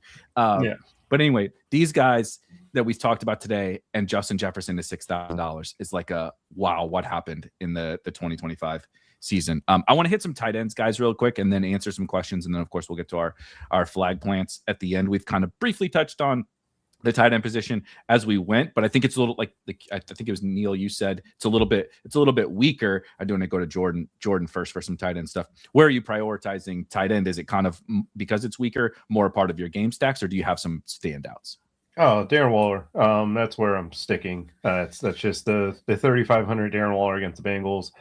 I'll go to it. I think Quinn Ewers is capable of running the offense for the Miami Dolphins, and I think the offense will be funneling targets towards Darren Waller and Waddle, and then obviously I know Achane will be very heavily involved. Like I think someone commented like, oh, will they limit Achane's usage to end the season? No, because you're trying to see what Quinn Ewers will look like in the offense if he's the starter next year. Like this is a test run to see what your rookie has, and if he's, if you can build on it, that will help Mike McDaniel, because it shows like, okay, maybe we could just get away from Tua and be fine. So I think that Darren Waller will be heavily utilized near the goal line and in the red zone. He's been the red zone option all year, and this is a good spot for them against the Bengals. Neil, what do you think about the tight end position? Yeah, I mean, like I said, there's not like a clear like standout tight end for me this week. There's some like, that's kind of a good play. Like Harold Fenton, I mean, sort of stands out at 4,500 just with David Njoku out. He's had great volume. It's not like a great matchup with the Bills, but they should be forced to throw. So Harold Fandon looks pretty good. Kyle Pitts, it's like, how much do we think Drake London is limited? Because if Drake London was going to be out, I think Kyle Pitts was going to be like the clear top tight end again. And Drake London might still be limited. Like a lot of the Twitter injury doctors were like, why would they bring back Drake London? He shouldn't be playing in this game. And he is, but he could be like kind of a part-time player, maybe a decoy. So I don't hate Kyle Pitts as a play. I'm not confident that Drake London is a decoy, so he's not a big priority, but it's a nice matchup with the Cardinals. I think that is a totally fine play. Dalton Schultz going to get some ownership. A lot of people playing CJ Stroud. 4,200 is a fine price tag. Travis Kelce, I don't know if you saw the Utica narrative of Tennessee is where Taylor Swift got her career started, and now Travis Kelce playing in Tennessee. That is, even for narratives in DFS world, that is a pretty big reach. But I respect it's just one that came across my timeline for some reason, and it's just funny that it came from Utica of all people. Like the best DFS player in the world is thrown out this narrative. But I actually think like Travis Kelce at that price tag with Gardner Minshew is totally fine. Like I think that he's a reasonable play. Mentioned Juwan Johnson already. We talked about Trey McBride. Gadsden I talked about. Like it's Darren Waller. I love the shout out of Darren Waller. Like this has just been a tight end funnel all season. Agree with you on that. Being a strong play. It is weird where it's like, okay, now they have Quinn Ewers coming in. Like we're counting on the tight end. We're going to be playing a lot of the tight end with Quinn Ewers, but he's actually not projected for a ton of ownership. So at low ownership, like, I think it's like there's a lot of volatility in Darren Waller, but at low ownership, that's where you want to play him. Other than that, like I think it's mostly just like within game stacks. The Oronde Gadsden, Jake Ferguson, both like primarily in game stacks. I don't know. It's a weird one. I don't have like a ton of love for the tight end position this week. Me neither. That's why I'm just sticking with noted my boy. I've been on Darren Waller since the summer, obviously, and so we're sticking to our priors with Waller. I did just want to say, I'm joking for anyone that doesn't know. I could not have possibly been more wrong about Darren Waller. I think I mocked Darren Waller on this show earlier this year, so I've done everything I could to possibly hate on him. But I think he's an awesome play today. Harold Fandon, just a couple quick nuggets. Harold Fandon, 25 targets in the last 2 games, 14 targets last week. Now, they're not pretty. It's not the prettiest of targets, but it's a pretty good spot for Harold Fandon. Of course, no David Njoku. And Timothy was saying, and this is technically true, right? But I just wanted to add some color to the fact that Isaiah Likely and Mark Andrews did nothing. Isaiah Likely literally did nothing, had 0 fantasy points last week against the Bengals, which was just wild. I would just go check the box score and look at the volume of pass attempts from the Baltimore Ravens. They basically never had the ball, and when they did, they ran it. So nobody did anything. Zay caught a touchdown. Zay should have caught 2 touchdowns. As a matter of fact, dropped one in the corner of the end zone. I'm not still mad about that at all or anything. But Lamar didn't throw. So spoiler alert, they're going to throw more than 12 times. The Dolphins will today, and they might be playing from behind, which is when Darren Waller is probably going to feast. That's the hope.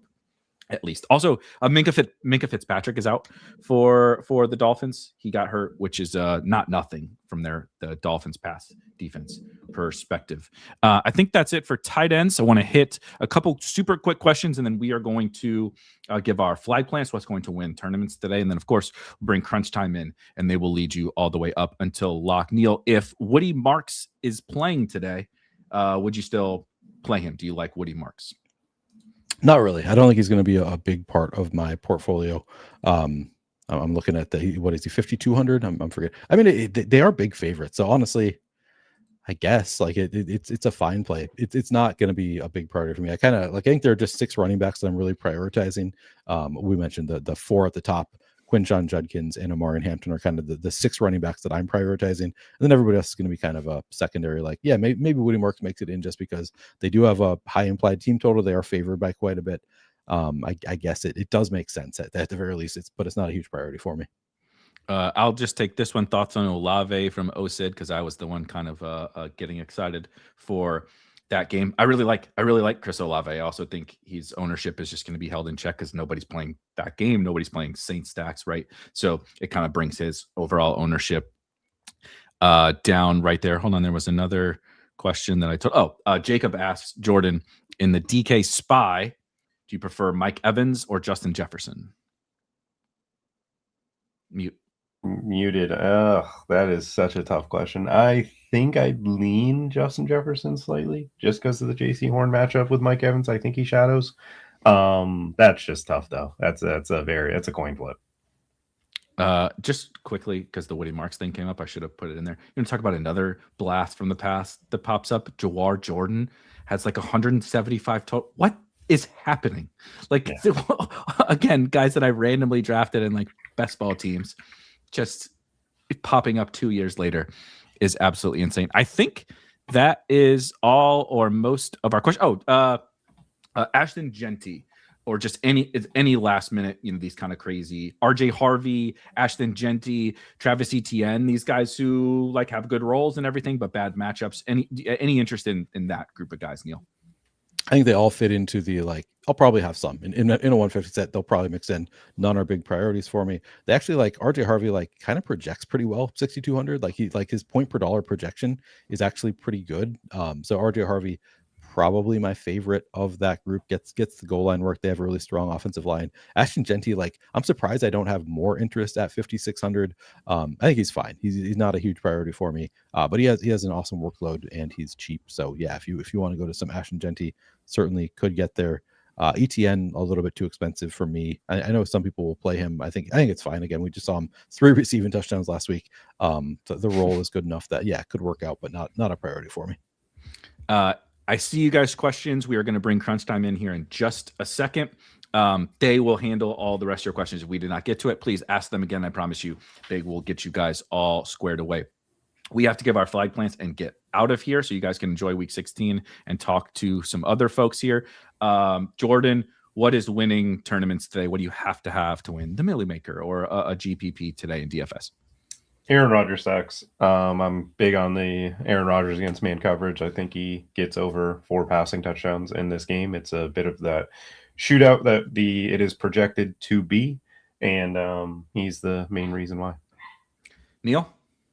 Omar and Hampton, 120 yards and 2 touchdowns. Gonna win. I'm giving Hampton as, like, because he's the lowest owned of the players that I love, and I do see big upside there. So I'm gonna go with Omar and Hampton winning tournaments. I love it. I have to. I've given up. We're team Darren Waller now. Kelsey Plum can wait a couple of weeks. We'll go back on the Kelsey Plum bandwagon in a few weeks. But until then, we're team Darren Waller. I do just, like, straight up. This is not like a bit. Like, I just think he's an awesome play. It's the Bengals stuff. He was the whole passing game last week. Like, it wasn't even just like he is their best passing game weapon, even though they have Jalen Waddle. It's pretty wild, but I think he's just an awesome play, not getting enough ownership against the Bengals. Let's go ahead and bring on Crunch Time, get some of their takes, and they'll take you up to lock.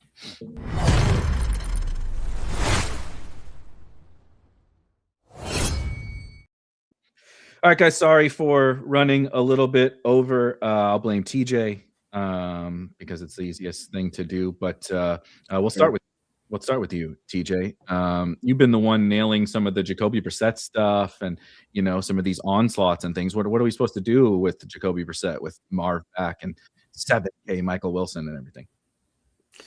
I am playing a little bit of Brissett this week. I can't remember who brought it up. I think it was Neil, but the one that I'm going to be playing him the most with is Marvin Harrison Jr.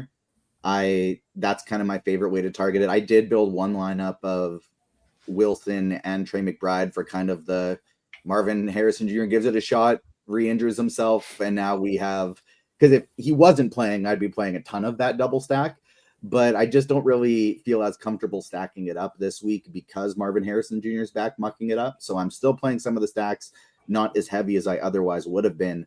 My big stand on this slate is, a lot of people saying there's not a lot of value. Their lineups are looking gross.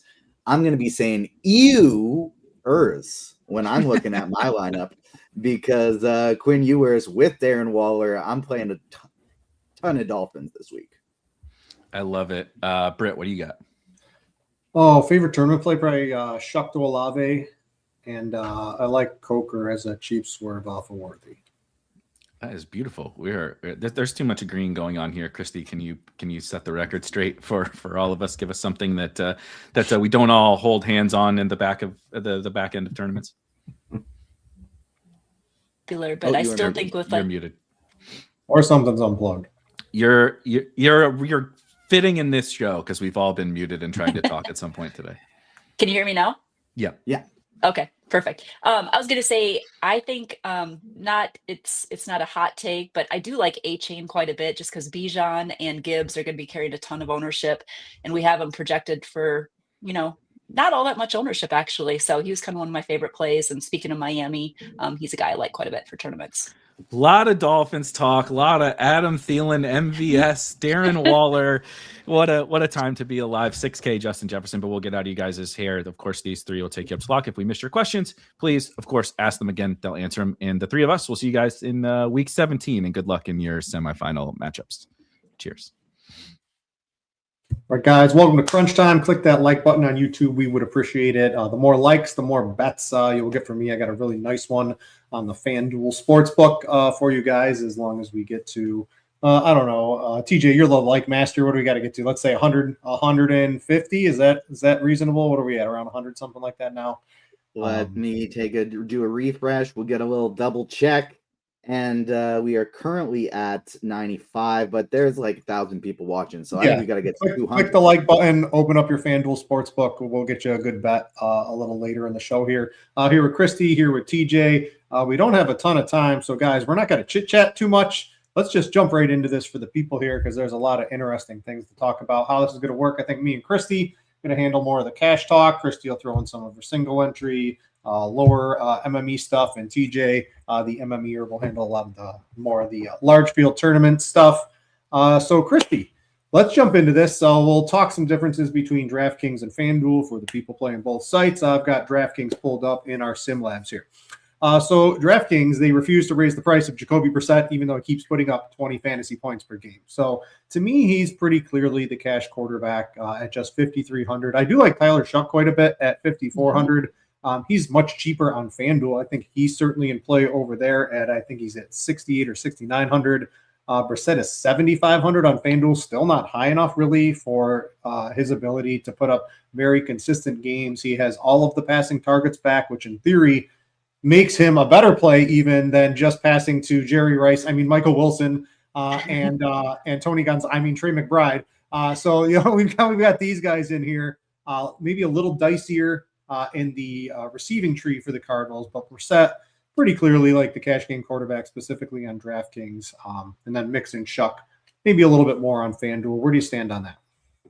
Yep, I couldn't agree more. I do. I like Brissett a lot. And even with Marvin Harrison back in the picture, he's just been great. And like you said, DraftKings has refused to raise his price. So do you think he's a great cash game play? Also love Tyler Shuck. I think that's a great call. Great cash game play as well. A couple other guys I'm going to throw in there too. Jared Goff. That game is going to be very, very popular, but I think it's just an incredible game stack. Huge playoff implications here. So I think we're going to see a lot of points scored here. So I definitely want pieces of that game, and you'll see quite a few of those players in that game coming in optimal. So I do like that quite a bit. I also want to throw in Bo Nix.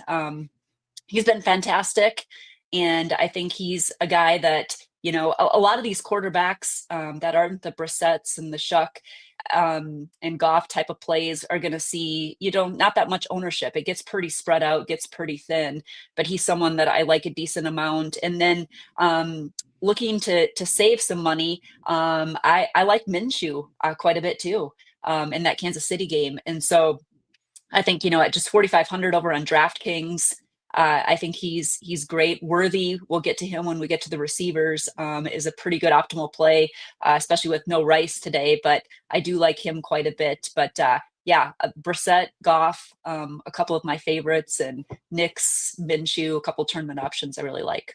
All right, TJ, you've been chiming in on the shows throughout the day here. I think I know how you play. TJ is going to be loaded up with the cheap quarterbacks today. Am I right, TJ? Absolutely. My two favorites on the slate are Quinn Ewers and Gardner Minshew. And so I love the Minshew call from Kristi. I'm going to be doing that as well. Been some talks on the earlier shows about some Minshew double stacks. I'm doing the Minshew double stacks. I'm doing the Minshew triple stacks. Because my big reason for doing these things, it's not that I love the cheap quarterbacks.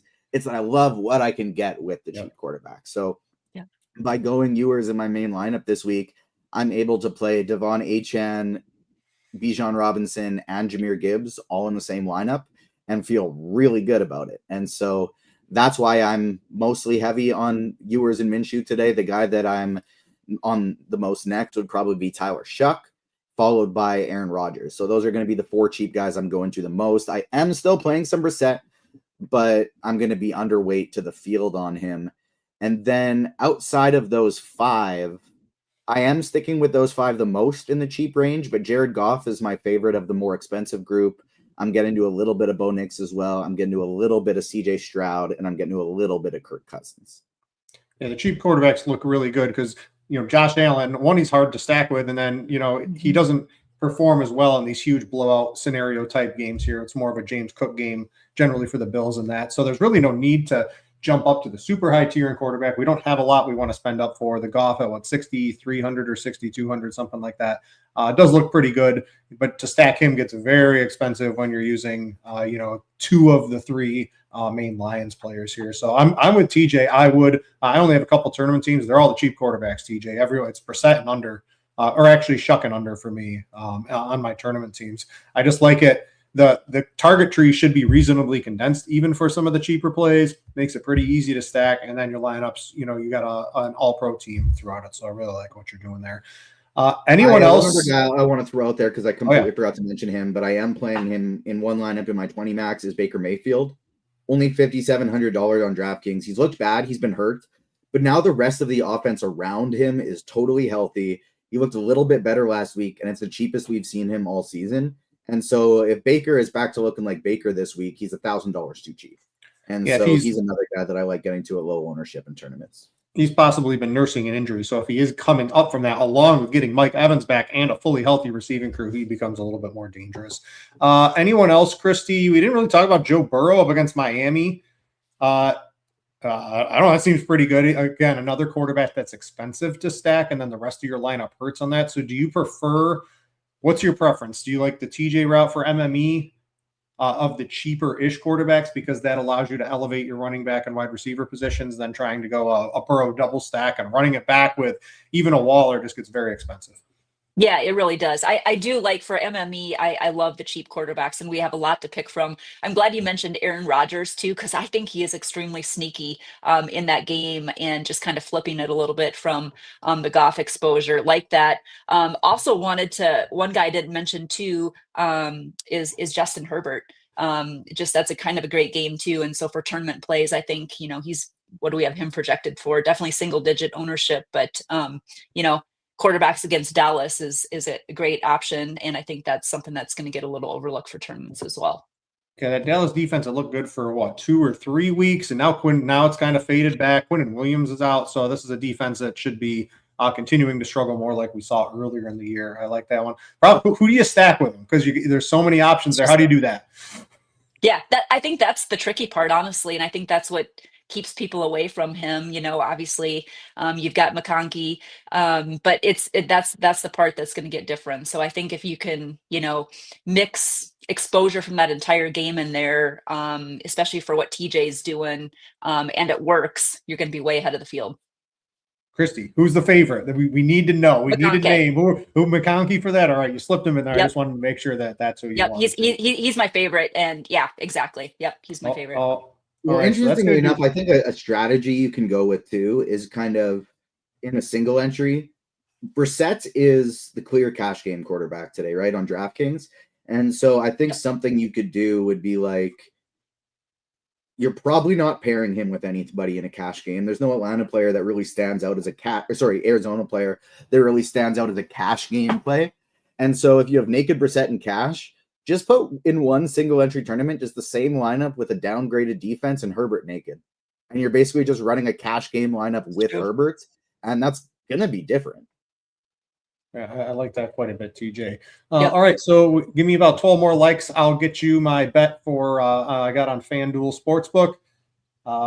Because that player is a running back. So we're on running back, so we might as well get the likes in while we're here. So, Kristi, let's try to dish out what we're doing in cash games. On FanDuel, it's pretty easy to play Bijan and Gibbs, in my opinion, together and still have a reasonably good cash team. DraftKings, it's a little harder, but still probably I'm doing that. I'm playing both of the premium running backs today. So what would you be doing? And then if you only had to pick one, which one, and does it matter to you for the site today because of the pricing differences? Yeah, I think on DraftKings, like you're right. I mean, Gibbs and Bijan are right up there, and then you can see, on the cheaper side, you've got Javonte Williams and Kenneth Gainwell that are kind of mixed in for the top cash plays. But yeah, I think this is where you can get a little bit different. Gibbs is definitely my preference today. I like that game quite a bit. Both are capable of huge games, but I do prefer Gibbs slightly. They're priced $100 apart on FanDuel as well, and I prefer Gibbs over on FanDuel too, just ever so slightly. But if you, like you said, if you play the cheap quarterbacks, you're going to have opportunities to get these guys in your lineup. So and Gibbs and Gainwell, I didn't expect Gainwell to be carrying as much ownership to start the week, but he's cheap. He's under 6K on FanDuel as well. So I think makes a ton of sense there. But then I think also in the cash conversation, you've got a guy like Michael Carter too, in that Arizona game.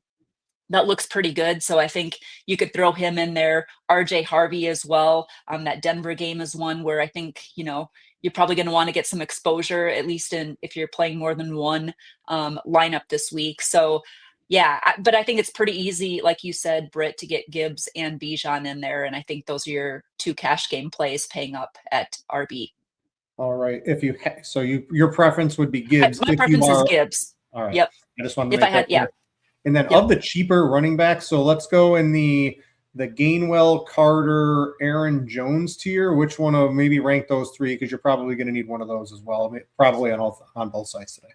Yeah, exactly. I would say on DraftKings, I would probably say I prefer Jones, Carter, and Harvey is kind of how I have it. Over on FanDuel, I think I've got Gainwell and Carter, and then probably Aaron Jones.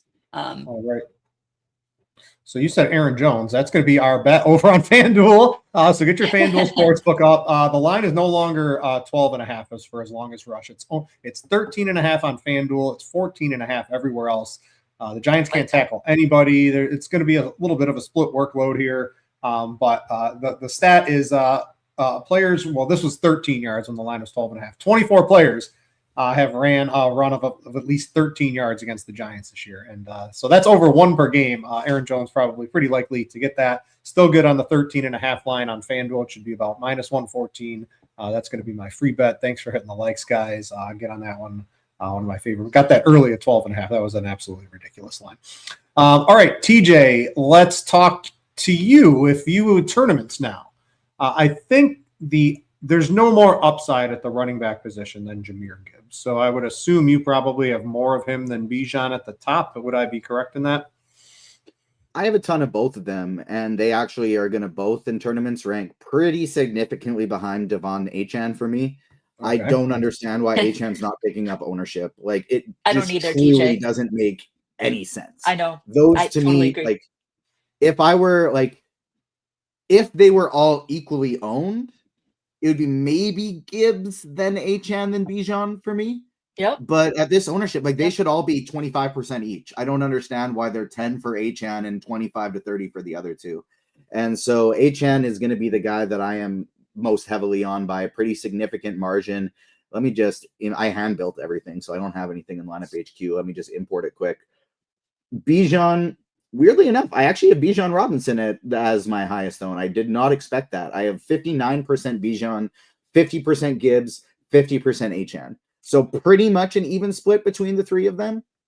But I actually did end up with slightly more Bijan Robinson than Devon Achane, which surprised me.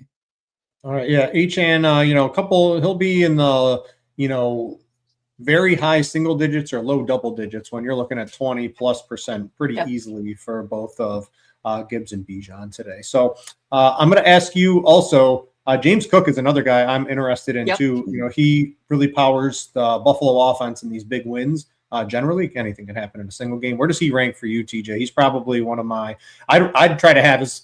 I know you can't have 50% of all four of them, but I kind of put him up there.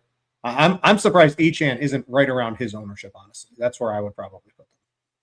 Yeah, I'm gonna get it to a significant amount of Cook as well. I will be over the field. He's fourth of that group for me, but I still do really like him today. I'm kind of looking at some of my hand build stuff right now and thinking I'm gonna try and bump maybe two of my Bijan teams to James Cook. So then I'll have maybe 25-30% Cook and Bijan down at that same tier then as Jahmyr Gibbs and Devon Achane. So that's kind of how I'm thinking at this spot. Cook ranks 4 for me, but those are the only guys that I'm paying up for. I do have a couple mid-tier options, but it's mainly those 4 guys and then going all the way down for me.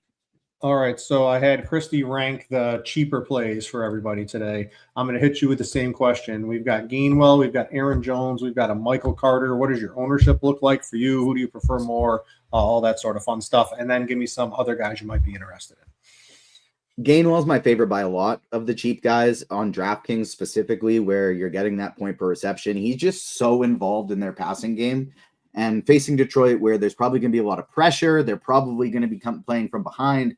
I think this is a really, really great Gainwell spot. Outside of him, there's nobody I really like. There's nobody that I really like outside of Gainwell of the cheap options a lot. I'm getting to some Michael Carter. I'm getting to some Audric Estime. I'm personally not getting to any Aaron Jones just because I think he's getting to a little too high of ownership. If I were running 150, I don't think it'd be crazy to try a little Jordan Mason. Super duper low ownership, trying to win a milli maker, that kind of thing. Because we do know these Giants have a terrible run defense, but I could see this being a game where Jones gets 15 touches, Mason gets 18 touches because they're just running the ball down their throat, and that kind of is more of a Jordan Mason thing. And so I'm personally not on Aaron Jones at all. I have a little bit of Michael Carter, and then I have one Bucky Irving lineup. I have one Javonte Williams lineup. And then RJ Harvey is probably my next favorite of the somewhat cheap guys outside of Gainwell. All right, I like the Jordan Mason as a swerve. That's kind of like the Blake Corum week a couple weeks ago, right? Yeah. Where you're playing the split carry, and it's the much lower owned guy that has the big game. That's an interesting, click in a large field MME tournament. I think that's a good recommendation there. Kristi, anyone else you're really looking at here? I know the Blitz like that. The Blitz always likes Ashton Genty. I'm going to pass on that one. I just don't trust that offense at all. Though Geno Smith's back, so maybe it'll be more functional than it was with Kenny Pickett. But how much more functional? We don't really. Greg Olsen needs to go back into the booth, right? He does not belong on the on an offensive coordinator team right now. But what else you would be looking for? I think mine, simply because of running back against the Bills, would be Quinshon Judkins, but he can get scripted out of this game within 2 quarters pretty easily. If it's close and he's banging 22 carries, I mean, there's a way he can have a monster game. That would probably be my deeperish sleeper of a running back today. Yep, I'm just gonna stress Achane. I actually tagged him. He was one of my first tags this week, and I'm still surprised he's at single digit ownership. So I absolutely love that. And I think even for single entry, just mixing him with a guy like Gibbs or Robinson will get you uniquely different. So I just wanted to stress that I think that's a phenomenal play. Just a couple other guys. I think you could throw Chase Brown in there. We talked a little bit about the Bengals game. I don't mind that at all. But then I also throw in Hampton. We talked a little bit about the Chargers game. He's just 5,800 over on DraftKings. And I think he's someone, again, if you're playing 150 lineups like TJ, don't mind getting exposure. One other FanDuel play I'll throw out there is Tyrone Tracy. He's 6,300. He's pretty close to Michael Carter. And so I think that's, he had a great game last week. They're going to need him. And so I think he's an interesting tournament play over there. And then TJ, you mentioned Gainwell. Do you have a Jaylen Warren team? Because that's sort of like the Jordan Mason. Everyone's playing the other running back. Do we want to take a look at Jaylen Warren at all or no? Oh, you're on mute. No, that's a different situation for me, because the reason I like Gainwell and not Warren is because I want the pass catching back. I want the guy who's going to get all the receptions. in that other game, I think Minnesota can just run all over the Giants. I'm not as concerned about the pass catcher. If I wanted the pass catcher, then I'd be for sure going Jones there. But I don't care about that against the Giants. I just want somebody who's going to be running all over them. And so I think that actually could be Mason. All right. Before we get to wide receivers, I want to tell you guys about a 3-day pass. If you want to try out the DFS tools, including SimLabs and all the other fun stuff we have here at RotoGrinders, for a limited time, you can get half off a 3-day NFL pass and access everything you need to crush the slate. You get lineup HQ, you get projections, ownerships, more. You get SimLabs. It's just $9.99. Don't miss a chance to get a serious edge. And you might not want to use it today, although you would get the Monday night game. Aim for it. As Dean says, be smart when you want to use your 3-day pass if you're going to check it out. But make sure to go do that if you're interested in looking at all the premium stuff behind the paywall. All right, let's go to wide receiver, Kristi, for cash. So basically, there's going to be a couple of decisions you have to make on DraftKings this week for me. And it's, do you want Amon-Ra St. Brown and like the Jets are a cheap defense, or do you want to go to like Jameson Williams as your lead wide receiver and have a couple of the 65, the DK Metcalf tier wide receivers without Amon-Ra St. Brown? We see St. Brown having huge ownership. We see Jameson Williams not too far behind him. We have this Lions offense, which has become ultra condensed with all the injuries here. It goes through Gibbs, it goes through St. Brown, it goes to Williams. It might not be as condensed like it was last week, where those were the only players to see more than one target in the passing game. But it's so condensed there. How are we doing this? Can we play? Do you want Gibbs, Jameson Williams, and St. Brown on your cash team on DraftKings? That's you can do that if you want today. What's too much for you? How are you approaching that? Yeah, it is a unique day where, again, you run some of these optimals and you're getting a lot of Lions. You're getting Gibbs, Amon-Ra, and Jameson. But I think over on DraftKings in particular, one of your first plays is DK Metcalf. I mean, just 5,400 in that game environment. Such a great, and he's 2,000 more, I think, over on FanDuel. He's a little bit more over there. So really like that. I think he's a core piece. And then, you have a decision to make on Amon-Ra. I think you could play the way, like you mentioned, play Jameson in there, get another guy like Olave, who's priced pretty reasonably too, but has really big upside. Xavier Worthy is probably the top value without Rice. Just a great price on both sites, just 4,400 over on DraftKings. So I like that. I do think Cortland Sutton, you could throw him in the cash game conversation, but I think those top 6 that we're showing for percentages, or top 7, I should say, with Xavier Worthy in there, minus Chase, I guess, or kind of who I'm looking for cash, and kind of mixing 3 of those guys in there for the cash game, especially on DraftKings. All right, I want to jump in. I got an injury update. Maybe I can get your reaction to some of these guys. Woody Marks is out for the Texans today. They have a huge run script game here against the Raiders. Nick Chubb's in. We had I forgot the other guy's name who came in and took all of our Woody Marks points last week that we wanted. TJ, are we going to do anything in tournaments? I don't think in cash. I don't trust Chubb I completely coming back off of injury. It screams to me maybe a little bit of a split backfield-ish there. Are we doing anything to adjust to this? Does Chubb become like a deep MME sleeper at this point? Oh, mute. Yeah, I know. I was unmute. I don't think so for me. I would take the deep MME sleeper. I think would be Jawar Jordan. Chubb sucks, and I don't really want to play him. But this could very easily turn into a blowout, and so I think Jawar Jordan's the guy there for large field tournaments. I'm putting one of my estimate teams and changing it to Jawar Jordan. Yeah, I think that's a reasonable here. This isn't like the Krosky Merritt last week, Kristi, where once Rodriguez was ruled out, he became someone that you should have probably tried to get into some of your lineups. I don't really view it like this today because it's correct. I think I agree with TJ's take that Jordan is probably the one you'd want to get exposure to. I think it makes me just like Nico Collins and Dalton Schultz and a couple of those guys on the receiving side a little bit better. Yeah. I have one team that's currently looking like it. Like my last team in best ball is currently looking like it has a good chance to make it through to the finals.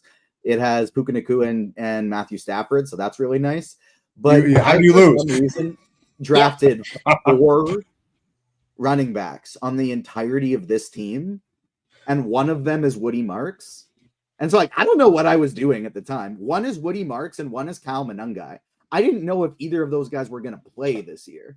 And those are 2 of the 4 running backs. And so I'm leaning on Breece Hall, Kyle Monangai, and what's his name? Brian Robinson Jr. as my only 3 running backs trying to get through to the final.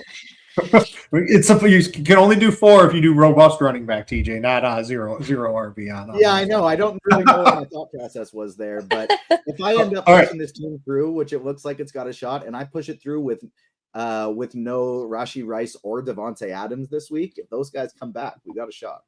Yeah, back on track. Receivers, TJ. What are we doing here? I real quick for cash. I like Kristi, DK Metcalf, Amon-Ra St. Brown, Jameson Williams, Chris Olave, Xavier Worthy. Those are probably like the guys I'm going to cash. I agree. Yep. So TJ, tournaments. Is there anyone up towards the top here? Let's go with Sutton. Would probably be the one I would be most likely to fade, I think, out of all of this group here towards the top here. Me too. What are we doing in tournaments, TJ? Do you have a favorite of these groups? Someone you're taking a stand on, being very heavily overweight or underweight? What are we doing here? Metcalf is the one I'm going to get the most, and I don't love him at that ownership. It's just because I'm playing so much Detroit, and with playing the amount of Detroit that I am, I'm getting to a lot of. I am still getting to a lot of Metcalf. I like Sutton, but I don't have a ton of him today. He's just kind of like a last piece kind of guy, or in a Bo Nix stack specifically. Yeah, I really like Amon-Ra St. Brown and Jamar Chase, but I don't like them as much as the running backs. So Amon-Ra I'm getting to a lot of. Jamar Chase I'm getting to a decent amount of, but less than Amon-Ra. And if I have the opportunity to play one of those running backs at the flex instead of that receiver, that's what I'm doing. I like Achane better. I like Gibbs better. I like Bijan better. I like James Cook better. And so I am still getting to these guys, but less so than I am before that. I also saw somebody in chat asking Olave or Jameson Williams, DK Cash. Yeah, that's just like really on so tough for I think everybody. Like if you have Amon-Ra in there, it's definitely Chris Olave. If you don't have a Lion, it is definitely Jameson Williams. If your only lineup is Jahmyr Gibbs, that's where I think it's a question. Do you go Jameson Williams or Chris Olave? Yeah. I think I would give a slight edge to JMO, but like I certainly feel a lot more confident that Chris Olave will get 10 targets than Jameson Williams. It's just I know if Jameson Williams does get them, his upside is a lot higher than Chris Olave. So maybe that's a tournament thought. But either way, I really do like both of them today. Xavier Worthy is someone I'm going to be getting to a ton of. Same with Hollywood Brown. I'm basically playing Worthy, Brown, or Juju. And I think if you're feeling really frisky, you're trying to get wild in a large field tournament, win $1 million, you can do Jalen Royals instead of Juju, just in case they go, hey, young guys, go, we're out of the playoffs. And he's only 3K flat as well.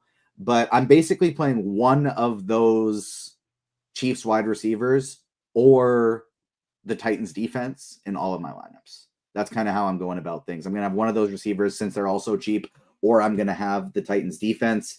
Other cheap guys I like today, AD Mitchell I'm getting a lot of. Jalen Coker I got a little bit of. And then Jalen McMillan, Jaden Higgins, I don't think are crazy either at their price tags.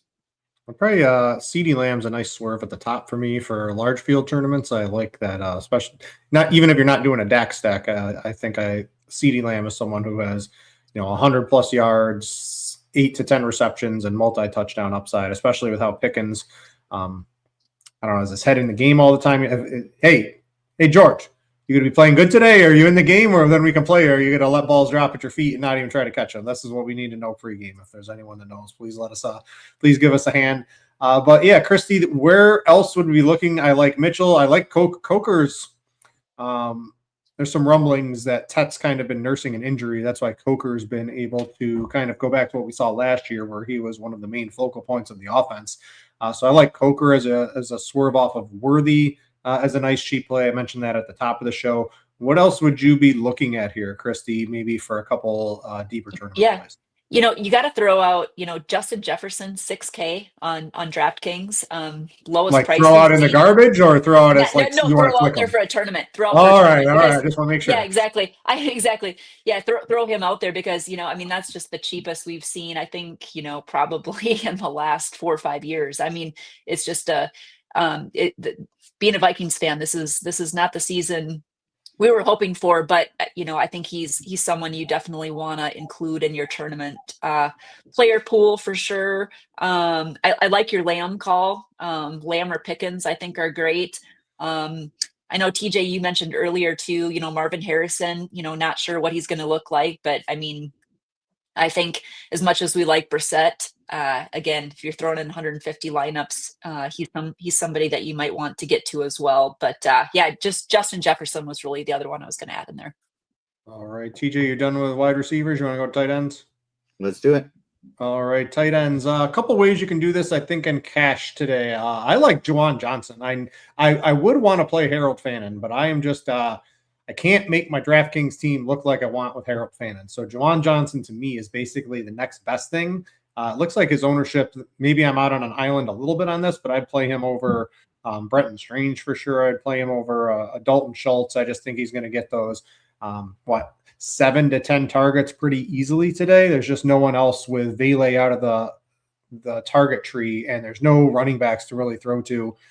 Johnson and Olave should really get a lot of targets here.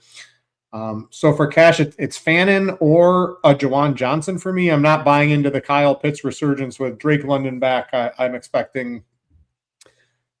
I know Kirk Cousins has been thrown to Kyle Pitts, but that's because Drake London hasn't been there. So we'll see how that plays out. I'm not really on London or Pitts too much today in MME. These are guys I'd probably be avoiding. I'm on Bijan Robinson instead. I like Kelsey a little bit too. So, Kristi, where do you stand? I think Kelsey's pretty close to Fannin, and I think it's only like $200 on DraftKings. Those guys should be a little closer to me, but Juwan Johnson's going to be my guy. Yeah, I like that. I do. I think Juwan Johnson is a great play really on both sides. I think he's 5,100 over on FanDuel too. He's about $1,000 cheaper than, like the Fannin and Pitts of the world. And like you mentioned, Pitts with London back, it'll make it a little bit different, although I think Pitts will be fairly popular. Do have a lot of interest in McBride. He was really low owned last week, and single digit ownership projected again this week. We like Brissett. So I really like him for tournaments. You mentioned Kelsey, and I'd be fine playing him in cash too over on DraftKings. We like exposure to that Kansas City game. No Rice. I think Kelsey could get some. A guy of a little bit more interest now too is Dalton Schultz. I do think that game is interesting. We have no Woody Marks, and so he's a guy that I like quite a bit. And then I'd also throw in Darren Waller in that Miami game as somebody else that you could use there. Just 3,500 over on DraftKings. One last guy I'll mention. TJ Hawkinson is 3K. Don't mind that if you're really looking to, pay up on a few other spots. Don't mind it. He's going to get a few targets, and if he can get in the end zone, you'll be just fine. Yeah, Hawkinson.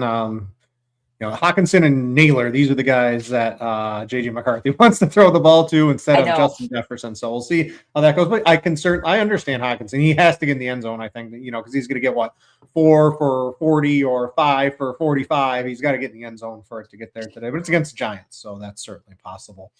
TJ, tournaments. What are we doing?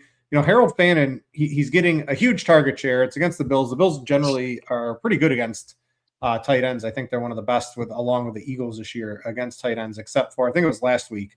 One of the last few weeks, a couple tight ends had a big game on them. But what are you doing with Fannin at high ownership? This to me looks like something I'd be looking to fade probably in GPPs if Fannin's going to come in at a 20%. That's at the tight end position, that's getting very high ownership. Yeah, I'll be underweight for sure. I actually don't have any Fannin right now, so underweight's not the right word. I will be fading. I don't feel great about it. Like you said, it's not a good matchup, but he's probably going to get 15 targets here in a positive game script. So certainly not a bad cash play by any means. I think you can get to him in tournaments as well. I'm personally not today. My favorite is Darren Waller. I am absolutely loading up on him. I like Dalton Schultz. I like Juwan Johnson. And then basically anybody in a stack. I'm getting a fair amount of Darnell Washington as a cheapie, but I love Darren Waller as my favorite guy. You probably have some Kelsey too in your yes Minshew stacks, right? Yeah, I think Kelsey. I don't know. I understand Fannin for cash. I'm just not getting there. I don't have the sale. I would play him in cash, but for tournaments, if he is coming in at 20% own, for my years of those Millionaire Maker articles, that's going to be one of the bigger fades I would probably put a stamp on for the week. Any deep sleeper, TJ? What's like probably Darnell Washington, Freiermuth, Gesicki. Super deep sleepers, and I will say we kind of got to rifle. We got lots of questions piling up. 4.5 minutes to lock, so we got to rapid fire a little bit here. But super large field, Greg Dulcich and Shane Zylstra for Detroit in your golf stacks. Give me a Gunnar Helm tutty coming your way today as well for a cheap play. All right, so you say we have questions, TJ. Do you have them curated? Because I have not been looking at them. I'm praying you have been keeping track. Yeah, there's like dozens on YouTube, and then we have some in Discord too. All right, why don't we can you rapid fire them? Why don't you take over here, because if you have them all. I'll say just like super quick from a defensive perspective, I really like the Vikings today. They're going to be my favorite. If I can spend up to the Texans, I am. And then I don't hate the idea of full out punting to the Raiders, Jets, and Browns, and Titans as well. And then questions today, DK FanDuel Cash, who's your favorite play for QB, Britt? Shucker Brissett. DK Cash, Bryce Young, Aaron Rodgers, or Brissett's got to be Brissett. DK Cash, Jameson Williams, Waller, and Atlanta, or Justin Jefferson, Fannin, and Jets defense. I would Justin Jefferson. You can't put him on a cash game on DraftKings today. So you have to do something other than that. So by default, it's going to be Jameson Williams, Waller, and Atlanta. Kristi, what are your thoughts on Giants defense? They're okay for a last piece. I'm not getting to any of them, but they're okay. JJ Estime Houston defense or Worthy? So Justin Jefferson, Worthy, Gainwell, and Titans defense. Worthy, Gainwell, Titans defense. Yeah, TJ, I want to jump in. I got a question for Kristi that I think a lot of people are going to have today. So would you rather, for cash, I asked this to Tim, would you rather Amon-Ra St. Brown, that's for DraftKings, and the Jets defense, or take your pick of Jameson Williams and Chris Olave with the Texans defense? Ew.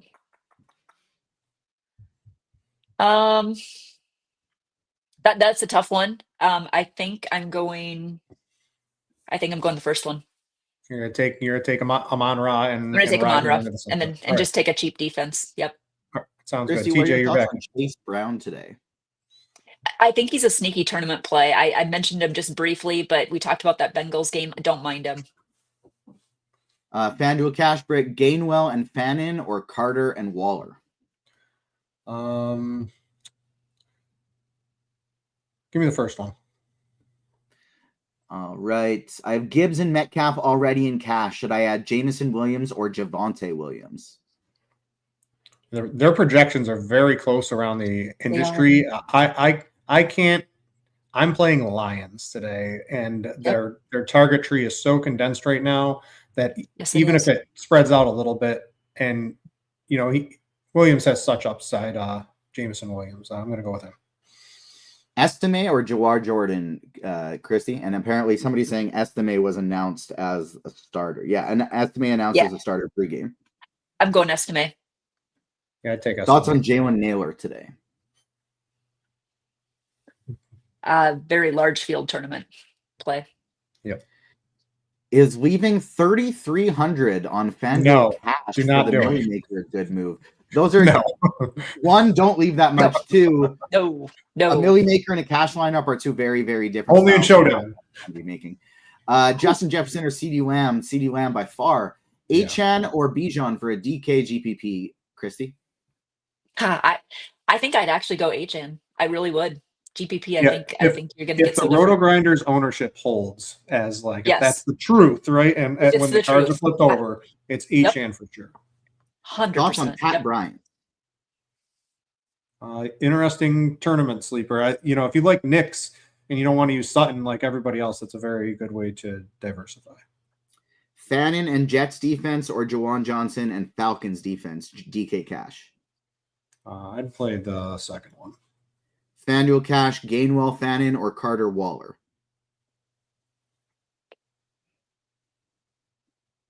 What was that again?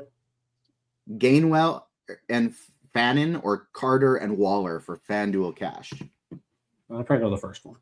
Yeah, Gainwell. Yeah. That's 2. And with just a few seconds to spare, that is all the questions other than Ingram revenge game. Nah, not going there.